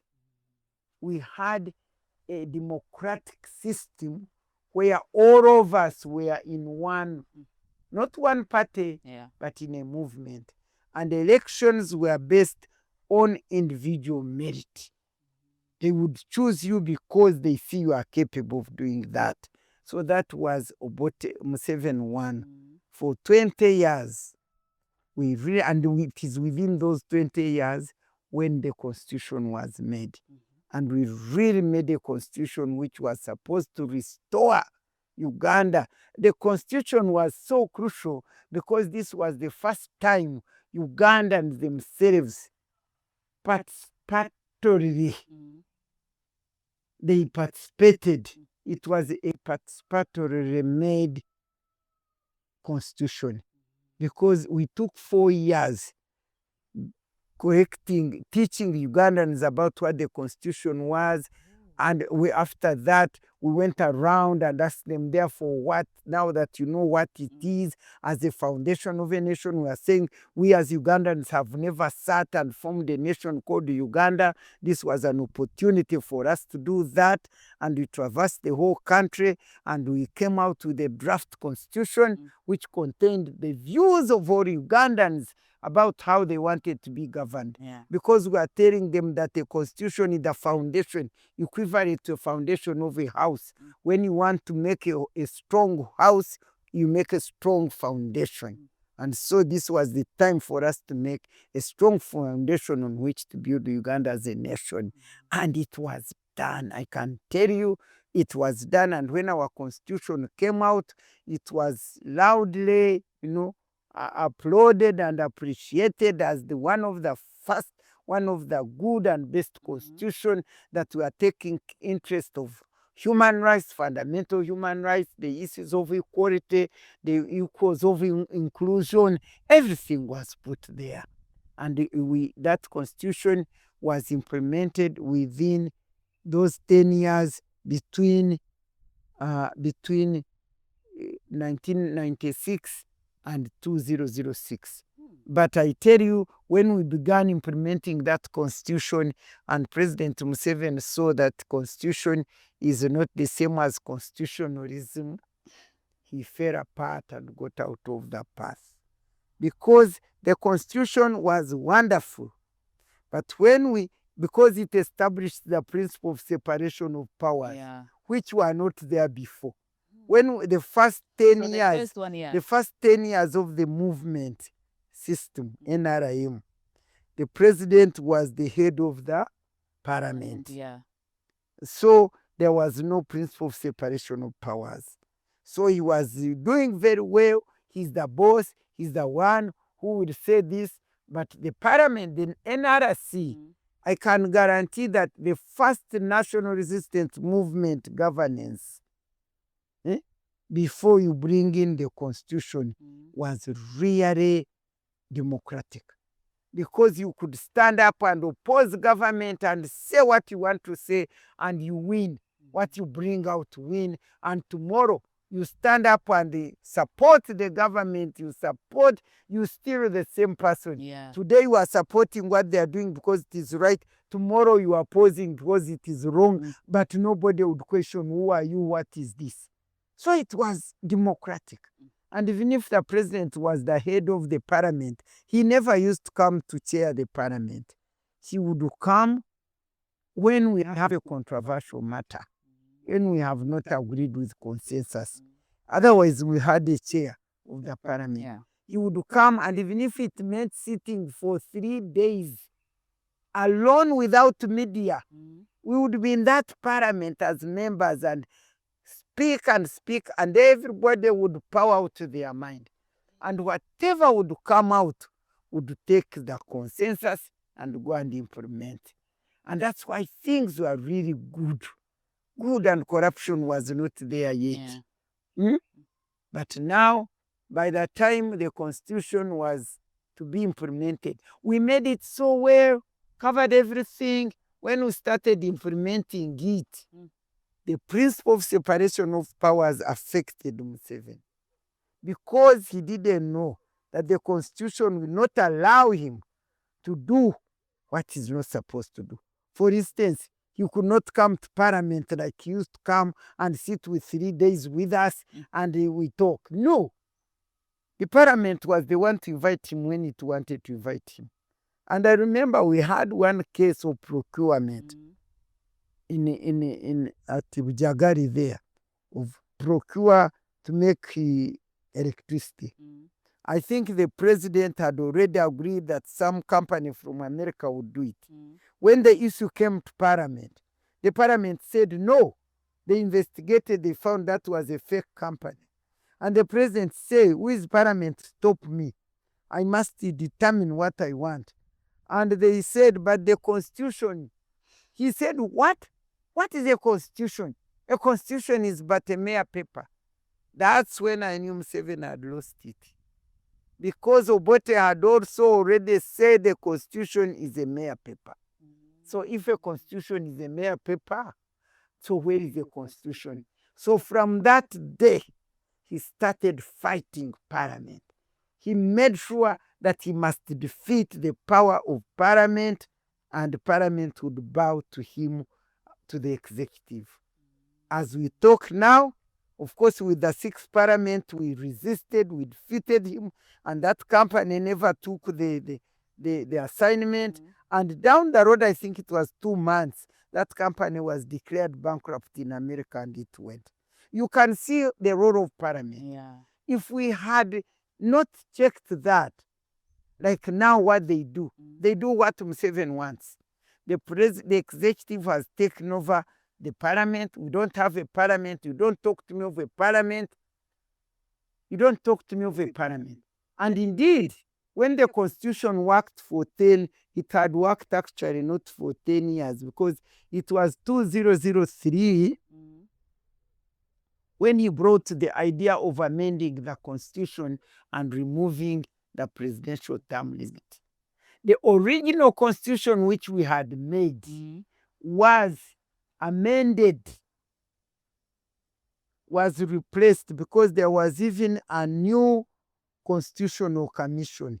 There was a new constitutional review commission which came in and ended up changing the presidential term limit. They removed it. That's when I parted with President Museveni in 2003. I think the constitution was being implemented from 1996 to 2003. It was not yet 10 years even before their constitution was. What was the term limit, the original term limit within the constitution? 5 years, 10 years, 5 term. If you are good, another 5 years, then after 10 years, you go. So he had been elected in 1996. So he was going to end in 2006. Now he decided to remove the term limit. So our original constitution started being killed. It was murdered, slaughtered slowly. And as I talk, I don't know what is in the new constitution, because even down the road, we had also put the presidential age limit. He also removed it through guns, and I wish if you were putting out this video, I wish you could put there the video where he was beating and torturing the members of parliament, forcing them to remove the age limit. Do you have that? Yes, it is there. It is everywhere. Where Ugandan people, it is recently they were playing it there during the election of NRIC, when Kadaga was saying that she must be the member of SEC, and they were playing that video where he was saying, if it was not for me, Museveni would not be in power. But because he was a speaker and allowed all these goons of the army, the Presidential Protection Unit entered parliament, they beat them, they tortured them, and they went into prison and they removed the age limit. So in Uganda, I don't talk over a constitution. The constitution is a mere paper. We don't have constitutionalism. The moment Museveni saw that constitutionalism takes away his power, he fought the constitution to make sure that the principle of separation of powers does not work, and constitutionalism is not what is at play in Uganda. In Uganda, there is no rule of law. There is rule by law. You know, rule of law, distinguish it from rule by law. The rule of law, the law rules. But the rule by law, you make the law rule by force.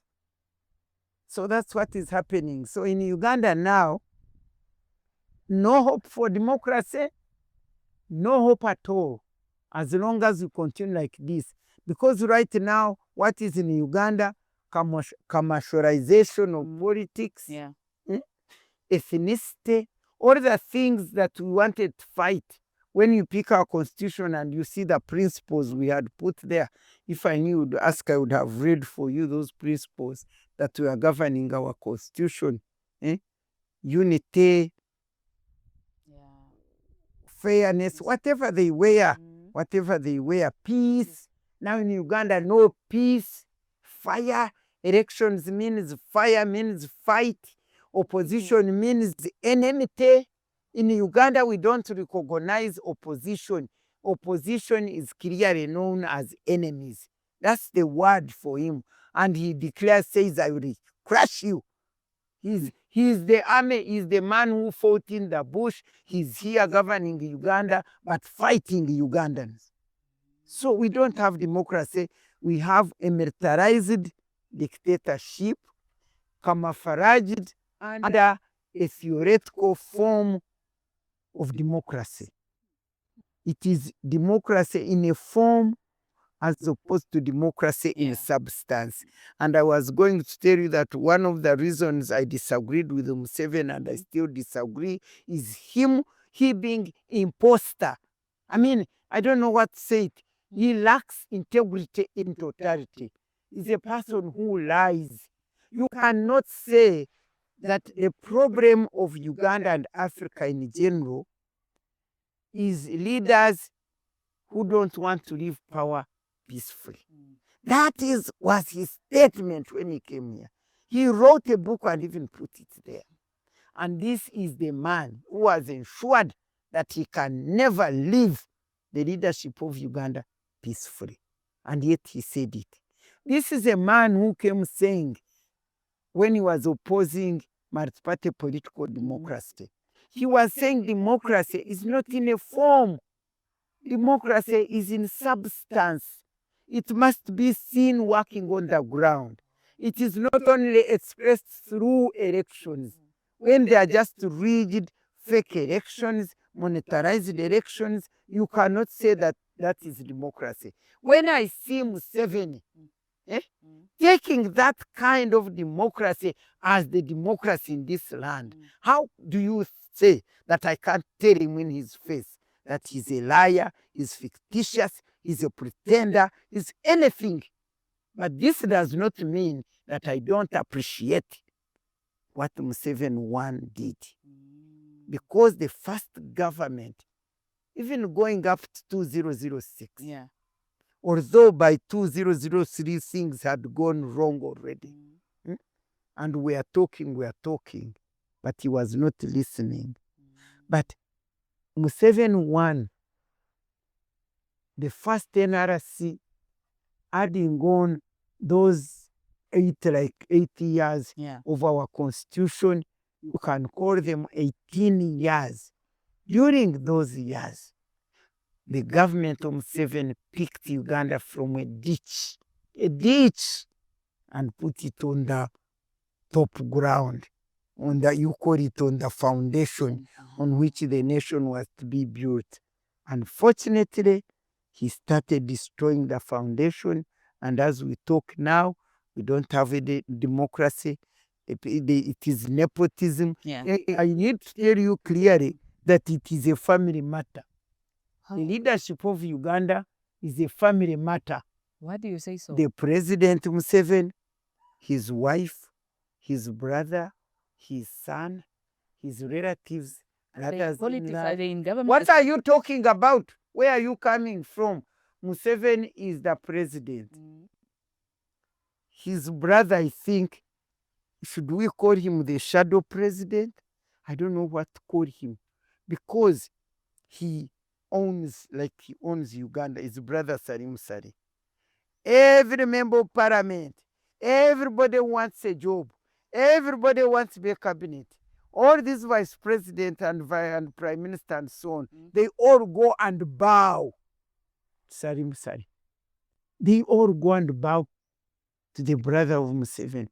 If he doesn't see this should be done, I think it won't be done. And Museveni these days, with all the tiredness and the age, he's just like there, like Obote used to be there in a form. I'm telling you, they say powers from above, they are coming from wherever. Now that is his brother. His wife is the Minister of Education. I tell you, any woman who has to get a job, distinct job or something, without Janet supporting it, you are joking. If Janet Museveni doesn't support you, is the first lady, if Minister of Education, if she doesn't support you as a woman to get what, it is those women whom she supports, whom she works with, that, excel. The army commander is Museveni's son. You hear? In the government, some of the ministers are his in-laws, like what do you call the sister of the wife? The sister of the sister-in-law. Sister-in-law others are brothers-in-law, others. The family, the government of Museveni is ruled by his family.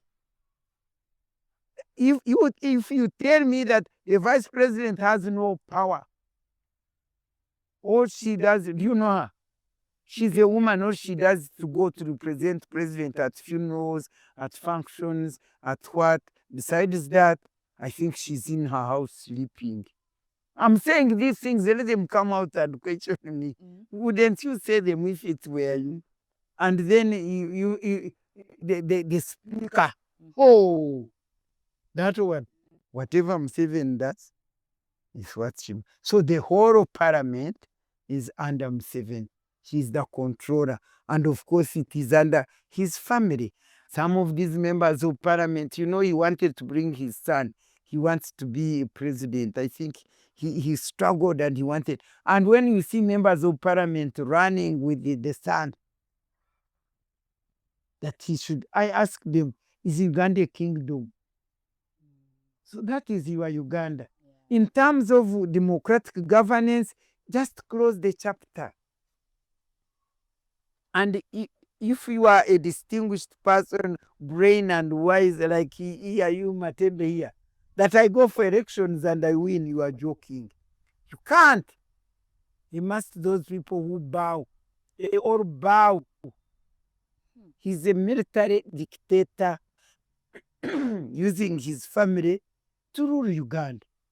Not to lead it, but to rule it. If you came to find my mind, and it is not just a mind, it is the truth. That's what is happening here. So unfortunately, and I don't see the way we are continuing. I tell people, I don't become hopeless or helpless, because I know Uganda was not created by Museveni. And I have lived a life, I have had an opportunity to see the dictators come and go, see those who pretend to be presidents come and go, and I'm waiting, and he will go. I'm not wishing him to go, I'm not wishing him to die. For me, actually, I am praying that President Museveni may live to see a peaceful handover of power. I want him to live and see it. Because if it was his dream, he has lost it. I want him to live. I want God to deliver us. I want to tell you that I don't become helpless, because I know God who created Uganda. And by the way, our motto is for God and my country. Oh. It means that whatever you do in this land, do it for God and your country. And even our national anthem says, oh Uganda, we say, God, we lay the future of Uganda in your hands. So for me, I believe this God whom we trust, whom we believe in, is one day going to secure Uganda for us. We have seen Uganda under President Museveni. Yes. And you have also seen South Africa after Nelson Mandela left power, gave power, and then the next president took over. So what would you say is the difference between leaders who cling to power and those who step aside? When you bring in South Africa, I don't know. Let me tell you. I saw the journey where South Africa was going from Mandela. I saw it because I was there as a member of the Pan-African Parliament. I saw these people bringing Zuma. Yeah.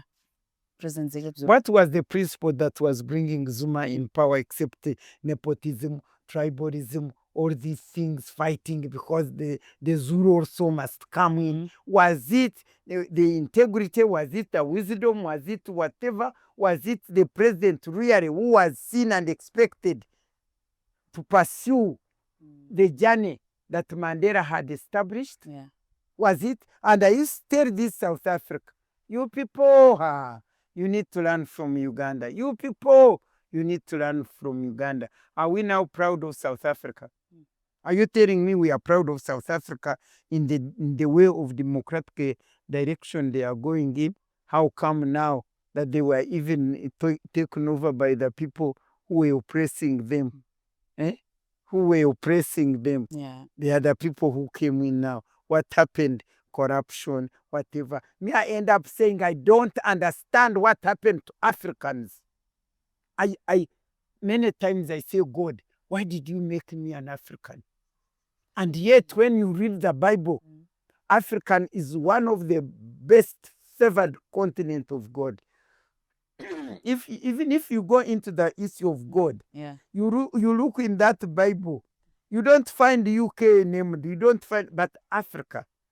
If you find Kush, you know that was Africa. What is the other? Because Africa, in terms of Egypt and Kush, Kush was Ethiopia, and Egypt is Africa. And you know the whole story of Africa. You know it. Where was the children? Where were the children, the family, the nation of children of Israel, which is favorite to God? Where was it made? Egypt. Where was it incubated or created? You know where it was? No. In Egypt. That's why the children of Israel were enslaved in Egypt for good 400 years. Yeah. They went there as the children of who? Of Jacob. First Joseph, the son of Jacob, who was sold there by his brothers to God, to make God's purpose be realized, that when he goes there as a slave, then his father and his family would go there. That's what happened. So they went there, they gave them Goshen to be their land, and God started creating Israel. The nation he loves most was created in Africa. And by the way, if you don't know, the second woman whom Abraham married was an African woman. Really? From Egypt. He married an African woman called Kate. One was Israelite, another African woman. So we are direct grandchildren. Africans are direct grandchildren are direct children of Abraham and grandchildren of Abraham. There are many things I'll tell you to tell you that God favors Africa. But where did Moses? Where was that Moses who was to deliver the children of there at that river? He was born and hidden there at the river in Egypt. And another thing, when Jesus was born, when God told Joseph, the father of Jesus, and said, they are going to fight, you go and hide. Do you know where he hid? He went and hid at River Nile, in somewhere there. That's where he hid. Yeah. So I want to ask you, God favored Africa. The gold, the whatever. If you read the Bible, you know those days the countries were never known. But if you see the gold, the what, even if you go in the creation of Adam, when Adam was being created, those rivers, those where the gold, it was within Africa there. When you go to check and know the nation, when you go into history, Africa is a favored country with all the gold, with all the mineral resources, with everything that we have. But are we still the same I today? don't know the slave mentality. At least the children of Israel did away with slave mentality. Why did we go with this slave mentality? I know we were enslaved by the colonialists and so on. But now when we are set free, the children of Israel were set free. At least eventually they were enslaved. That's why I declare my prophecy in Uganda. You know, they were enslaved because of your slave mentality. They were released. Moses got them out of Egypt and started on the journey to their promised land. Okay? Like we ourselves, Africans, we were delivered from these colonialists, and we are set onto our land or our journey to get our full independence. What happened? What happened? We're like the children of Israel. They stayed in this desert, moving in the desert for 40 years. For us in Uganda here, We are 65 years in the desert since independence. But I'm saying these last 40 years of Museveni, Museveni came and been in this desert, slave mentality in the desert for 40 years. I'm saying around the corner, 40 years is coming next year. And I'm saying, I'm declaring and prophesying that God, these are 40 years around the corner in the desert. Please redeem us. Because I feel pain. Africans, we can't continue blaming colonialists because we were delivered. They went. For us in Uganda, 62, in Ghana, 60, in Tanzania, where, yes, at least you may say we are not totally delivered, but didn't we get independence? Couldn't and go to leaders? Yeah. Couldn't we now organize ourselves and get away with this slave mentality? But everyone, Museveni 40 years here as the president of Uganda, why should he be now talking of colonialism? And whenever he's now addressing young people, he takes them to the horror story between 18 something and story stupid. I feel like crushing all of them. You can't continue with that slave mentality. And it is in the whole of Africa. Now you can see South Africa. I saw it. I foresaw what would happen. I foresaw. And eventually, what happened? Now the people whom they were oppressing them, and now they merged with them. And I could see once Zuma gets into this presidency, I was seeing nothing. Now I see this young man of Burkina Faso. Yeah. And by the way, Burkina Faso, Sankara, there was a young man called Sankara. Thomas Sankara. He came out to deliver Burkina Faso, and this Kamparoi. Kamparoi was the friend of Thomas Sankara. Of Thomas Sankara. Thomas Sankara had come to really do the work, and Kamparoi was used by the foreigners to kill him. They killed him, and Burkina Faso went. Now God has remembered it, has brought this man now. Ibrahim Traore. Now Traore, instead of all Africans now, Gangi go surrounding or raising up and say, why don't we be like this young man?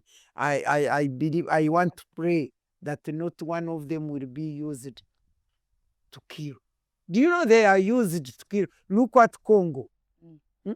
When this man Lumumba took over, didn't they use a certain other Congolese man who came and got him killed? Even with Ghana, even with Nigeria, even with what?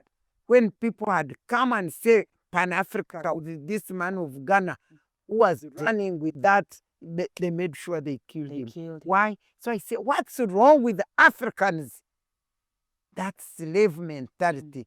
Unless there is a fundamental mind shift of the Africans, I don't know where we shall end. And yet they should not blame God, because we were a special creation.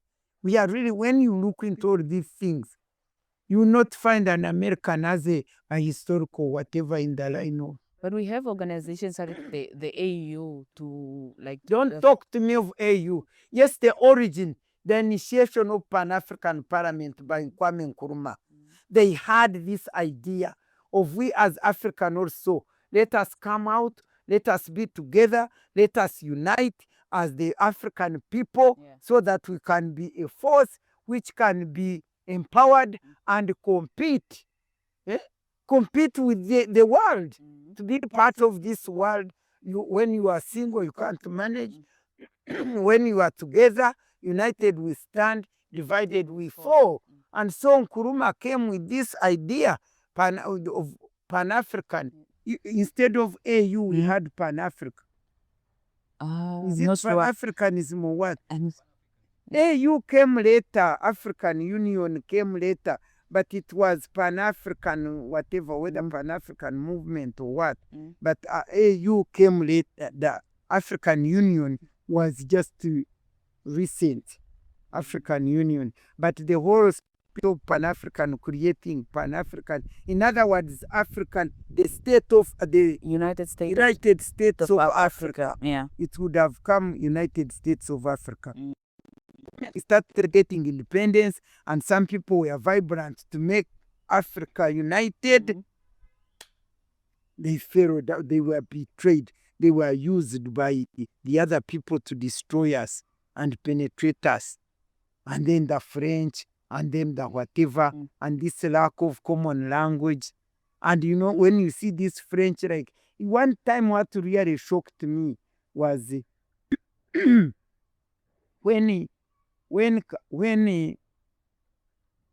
Rwanda, I think there was over when the Habyarimana, was he the last one before Kagame? When he was a president and he was being overthrown. In fact, Museveni was telling us that for him, he was they were at AU or wherever they were, and the president was like there, and Museveni was also there. Yeah. And when Habyarimana was overthrown, instead of calling Museveni and saying you Africans, I have a problem, they called French. Can you imagine? You call France to come and deliver you. What about your African friend? Yeah. So for me, I don't understand why I'm not the one who created Africans. I'm not in their minds, but I don't understand. You tell me of African Union. What is African Union? To me, it means the African president united against their people. They are united together to fight their own people. Isn't it true? What do they do when they are united there? When one government is a dictator, when they are throwing the other fighting, what do? They go agree with one another. Have you found any African Union meeting and say, no, President so and so, you are doing wrong, we are not going to allow you to continue doing this? Have you seen, actually West Africa, they had started protecting one another, but I don't think whether it is still there. Why don't these African Union now say, no, Museveni, you came to bring democracy, you have failed, you must get off? How can they tell him to get off when they are doing the same things in their own country? They are oppressing, they are exploiting, they are greedy, they are not driven. Yeah. The African leaders are not driven by service to their people, by wellness of their country. They are just driven by self-centeredness. It is about them being in power, and they take it as a lie that they are in power to deliver and bring wellness to African people. How? Why don't they unite and do that? And when they are going into this African Union, what are principles that govern them? What are values that govern them? They are just united against their people. They are united to oppress, exploit their people, whom they are supposed to be protecting, delivering, and developing. For me, that's how I see it. If they think I'm a wrong person, but I'm seeing the truth and I speak the truth. Yeah. And for me, I wish we could get the African people unite rather than African presidents uniting. I would rather get the movement, African people. And you can see how they kill the civil society organizations. Do they allow us to work? They don't. They don't. For instance, in Uganda here, civil society was very vibrant. That's why we reached where we had reached. But now they have shut it down. They closed us. For me, you see me, I was chairing a citizen coalition for electoral democracy. It was a coalition which we had made. We mobilized citizens and said, look here, you must ensure free and good elections and so on. And when it started working, they were doing some good job in making sure that the elections, to hold elections with integrity and so on. And was it when I was elected the chairperson? they had to ban it. They closed it, and they come last elections, civil society was closed out of election observation, monitoring, and many of us, they were about like 60 non-government organizations which were involved in politics, of course, in these things, they were closed down. Civil society is one of like the very most important component, especially in Namibia. But for us, that's what we did. We secured all that. We secured women's empowerment, human rights, all these things was through establishment of non-government organizations. For me, you saw my profile as if I was in government only. When I entered parliament in 1989, prior to that, I was involved in formulation and founding of non-government organization. If you look at how we got women empowered in this country and broke the ceiling, is through organization like Action for Development, Women Lawyers Association, Uganda Women's Network, Urinet, all these organizations, we formed them, and by that time, we were working together with the government. Me, I was a non-governmental person, but the government used to send me to the government conferences to go and talk for government. Really? I used to go there as a non-government organization. We were working together because I was very vocal. They say if we send Matembe to a women's conference, we don't have money, but if we send her one person, she would be equal like 4 people. She would be speaking very loudly. And so we are working together until now. The civil society started critiquing government because the government went astray, and we started critiquing it, and therefore they closed us. There are now very few government NGOs, and there are those who are working with the government. Any NGO that is critiquing and questioning government is under stress and under threat. All right. We're actually coming to the end of I have kept you here for I think more than I don't know how many hours currently. Very many hours. But thank you so much. Actually, pay me dollars. Dollars. We will pay you in dollars. Just give us we will give you a check, then you can write. But yes, to just finish off, I just wanted to ask you, like probably if the history of Uganda is written 50 years from now on, what single line do you want under your name when it comes to legacy? Yeah. Single word? Maybe a line or a sentence.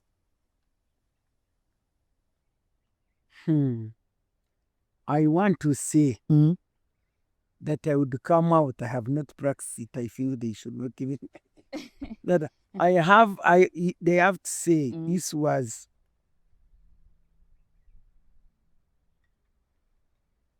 a passionate, distinguished woman of integrity,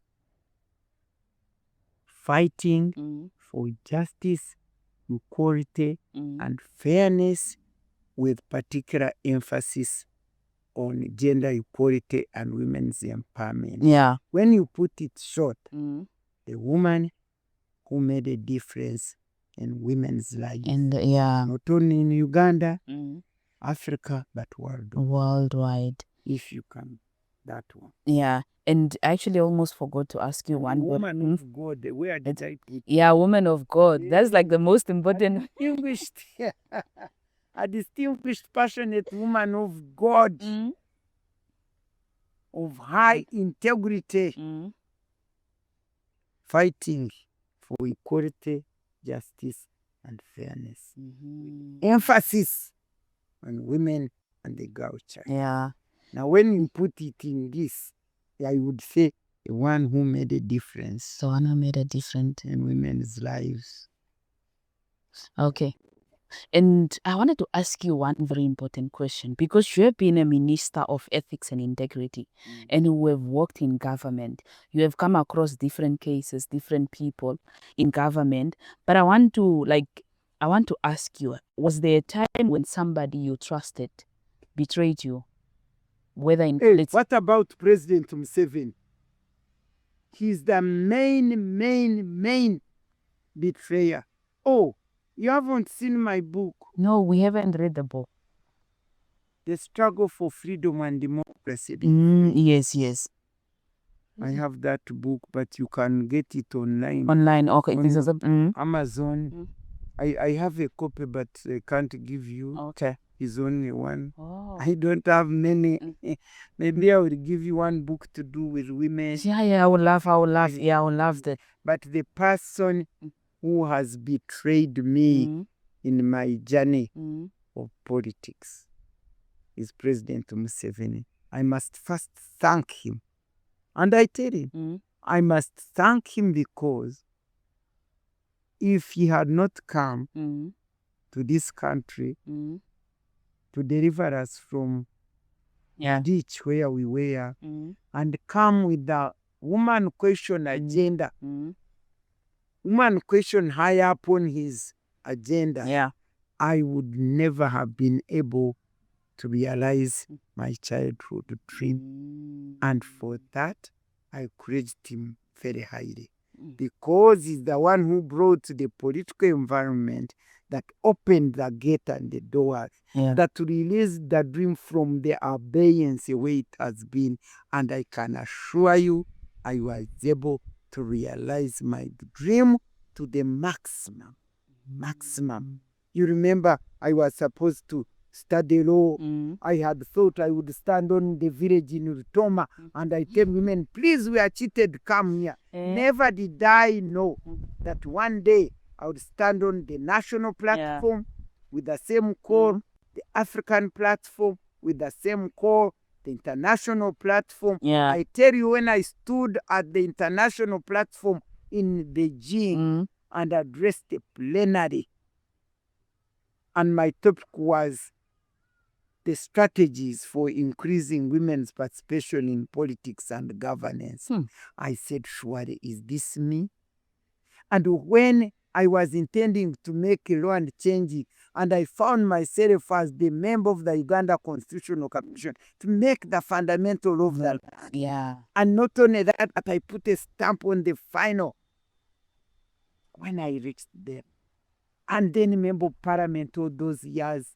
And then I got extra. Being a minister was never part of my dream. And then the ministry, which ministry? Ethics and integrity. Reflecting who I am in my life. And even when they threw away into that dustbin, I ended up in Pan-African Parliament. You know, I'm one of those people who founded and established the Pan-African Parliament. One, because we established it it was 200 whatever in Ethiopia at AU, and then we shifted it to South Africa. That where we used. I don't know whether they are still where they are. And even when I went there, I was the chairperson of Rules, Legal and Rules Committee. Wow. So I mean, surely what do I reached maximum, and up to now, I'm still doing it. Influencing.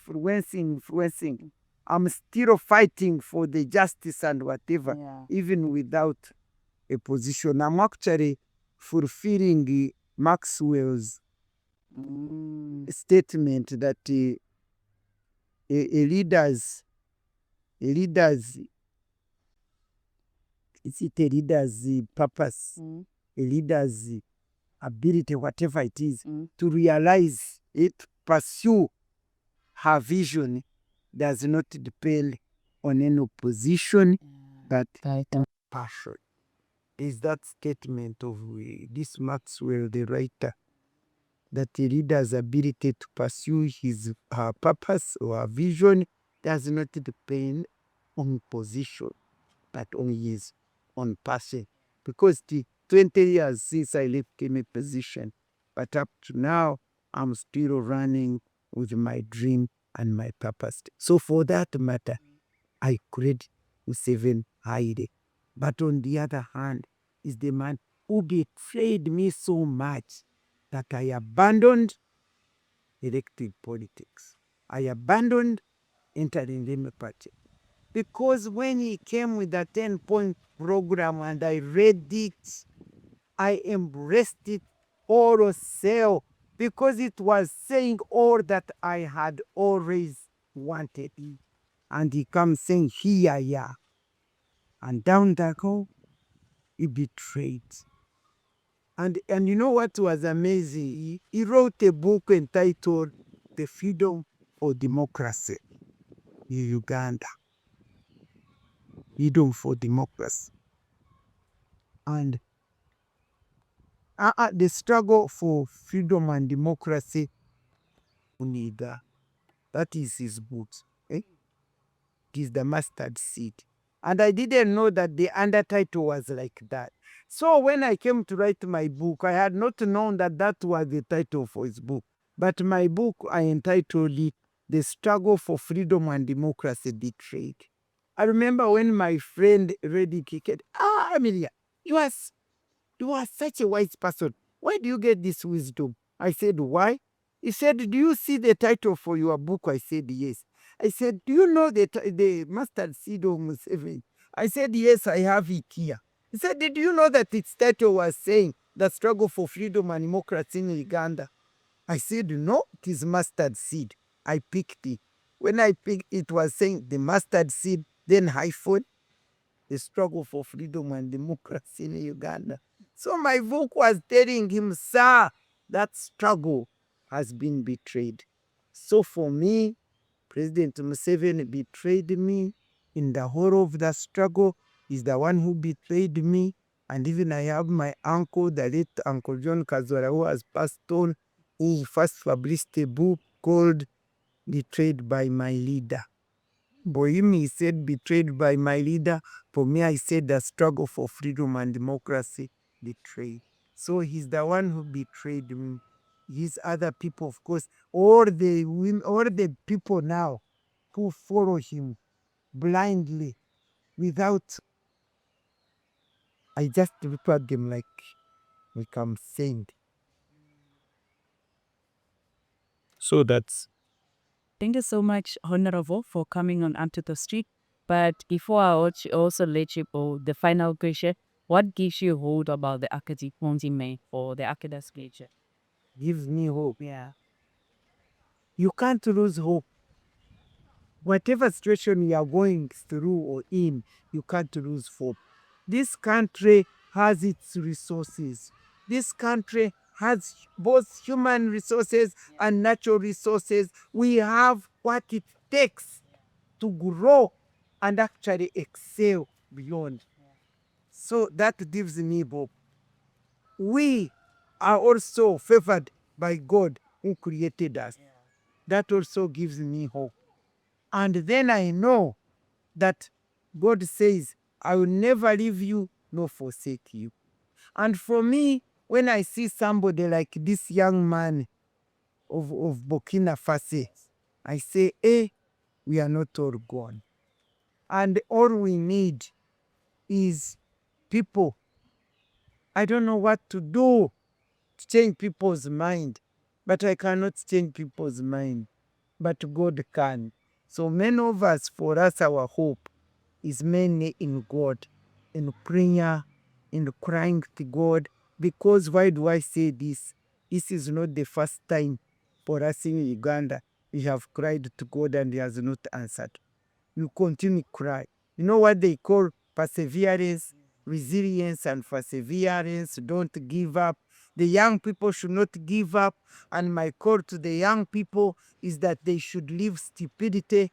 They should learn from other people. You look who came to the river Uganda from Obota and Amin and Urbo streams. They were the young people. M7 went to the bush when he was a young person with the young people. They delivered the nation. They took it astray. Now what are the young people doing? Instead they are following. I don't know what they are doing. They have been bribed. They are being bought like cabbage, like whatever kabaragara. So they must rise up. And you know, the word of God says that each generation has a purpose to serve. It is found in Psalms where it says, I think it is Luke chapter something, where it says, when Acts, which says that when King David had served his purpose, in his generation he rested. Each generation has a purpose to serve. Museveni is destroying the purpose of the next generation, not only one, because I was a generation after him, by the way. And after me, there is a generation. And our generations have failed to serve their purpose because he's the one who is interfering and stopping them to serve. And so my call is to the young people of Africa to rise up. It's time. It's time for them to rise up and take these nations and take them for the next generation and for better. It's time. But instead, I don't know what they're busy doing. When you see delivering Africa is about sacrifice and human-centeredness. You must have human at your heart. You must be human, our people. What is happening to our people? And you must be able to sacrifice for your people. Let me tell you, Jesus sacrificed his life for us to redeem us from sin and to reconcile us with our God. Yeah. I'm not abusing them to run there. But by the way, I have opportunity. They call me to go and talk to them. Oh. And when I go there and tell them what I challenge them when I say, what exactly I do? Let's say we are in exile. Mm. When you read the Bible, I love the Bible. You know, God told the children of Israel when they were exiled in Babylon, by the Babylonians, he told them, you produce, don't just cry, work. He told them, work, continue producing, continue doing what you should do, because he knew time was coming, 70 years was coming, and he would deliver them. So for me, when I go and talk to these Africans, I say, whatever you do, be focusing on Uganda, on Africa. Whatever you are doing, focus at your continent. Look at these Ethiopians. You don't live here. The Somali, the Ethiopians have captured Uganda here.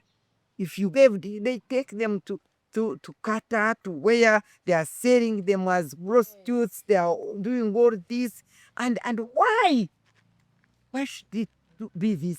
The way they use them. We are, until, I don't know, I will cry to God that please raise the spirit of humanity. Let the Africans come to realize that they are as good of human beings as any other human you created. They should stop demeaning themselves. They should stop making themselves into nothing. I can't understand. And this God is so good. You remember, God had to fulfill the dream of Martin Luther Jr., Luther King, when he said, I have a dream. I have a dream. And that dream, didn't you see an African Obama? Obama, an African leading America. In fact, for me, when Obama led America, I was saying, God is saying two things. He's telling America, you don't have the power. You are not the only one who has power. Because you remember when he got this, who was this man, the Arab man who hit the center, the Osama bin Laden. When Osama bin Laden, when he was fighting America, you remember the 9th, is it 9th October or what? When they hit the trade center and the,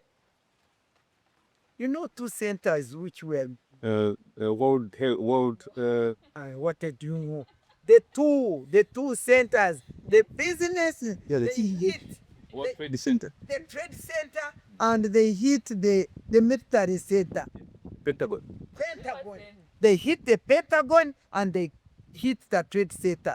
And to me, God was telling me, this is what I'm telling America. It is not about the military. It is not about the financial, the economy. No, I can deal with you. The Americans failed to see.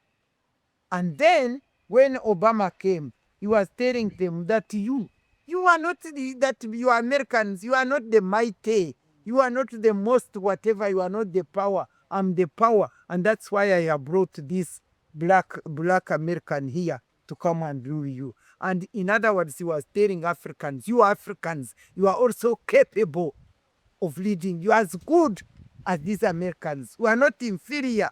And I remember that time, that is when Kenya was fighting, and they were saying, a law cannot lead Kenya. And they invited me to go and address them there. And I told them, look at you. What sort of people are you? Eh?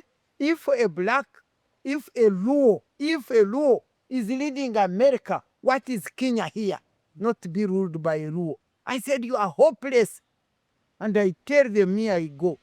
But they can't, you know, they didn't learn. Africans did not learn to get Obama there, rule America, and got it from negative. You remember it was financially negative, and by the time he left, it was in positive, in plus. So what is Uganda God telling us? You Africans, you are capable. And for us, what do I do to you? Me, I continue crying to my God. May this through me. One day God can hear my voice and deliver Africa. But they should not lose hope. They should not lose hope. And they should stop fearing. Stop fearing. For to deliver these nations of ours, Africans fought. The Mau Mau here died to deliver Kenya. Uganda was the one which got on a silver platter. I think that's why they never bother. Because they were deceived that for them, they were protectorate, we never fought. But other people, Nigeria, where? Congo, where they fought. They need to get up. They fought in Namibia. In Namibia, you fought. Now you are better. Would you say Namibia is good? Did the fighters stop?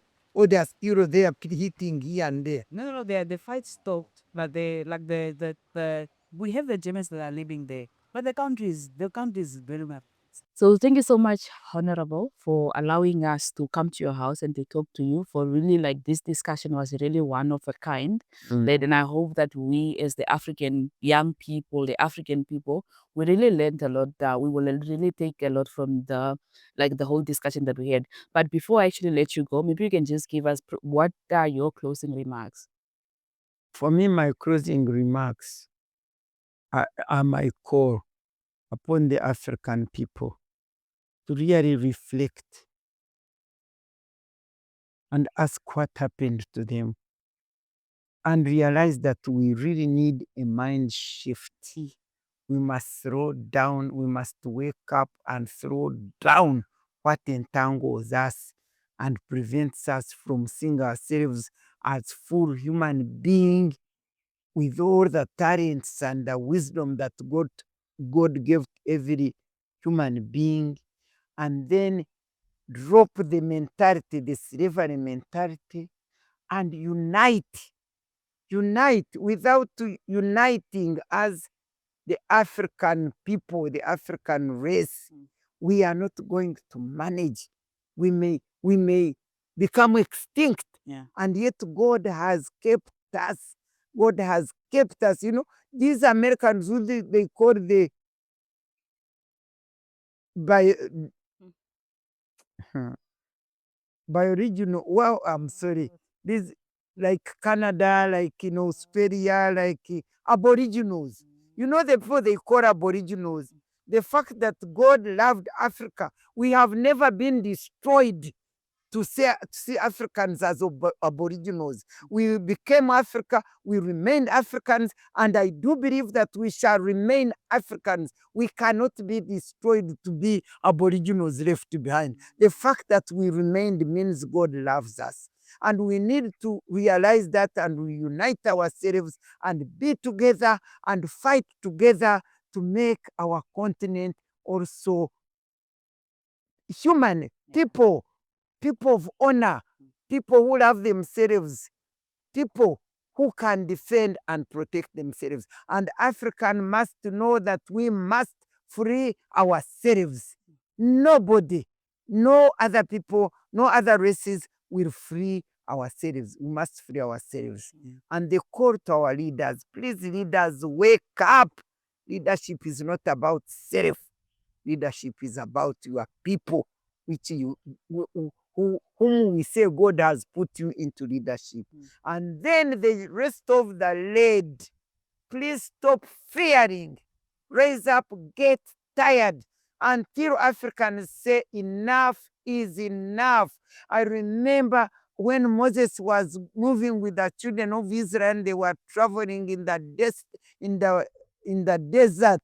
He said, you have been in this, God told them, you have been in this desert, on this mountain for far too long. Wake up and turn north. I want to tell Africans, you've been on this mountain of desert for too long. Get up, raise up, and move. That's my cry. And I end up by saying, God, the creator of heaven and earth, you are the one who created this world. You create Africa. You favored Africa. We are in your favor, Lord, my God. We may have sinned, we may have done things you didn't want us to do, but your word says that when people who are called by your name, because you are your people, when they get up and pray and cry to you, you would hear your cry and heal their land. I'm crying to you on behalf of the African people. Remember, mercy God, remember us. Remember us and heal our land, our continent, so that we may be also arise and be respected. And through us, your glory will be high. We have prayed and believed through Jesus Christ. Amen. Amen.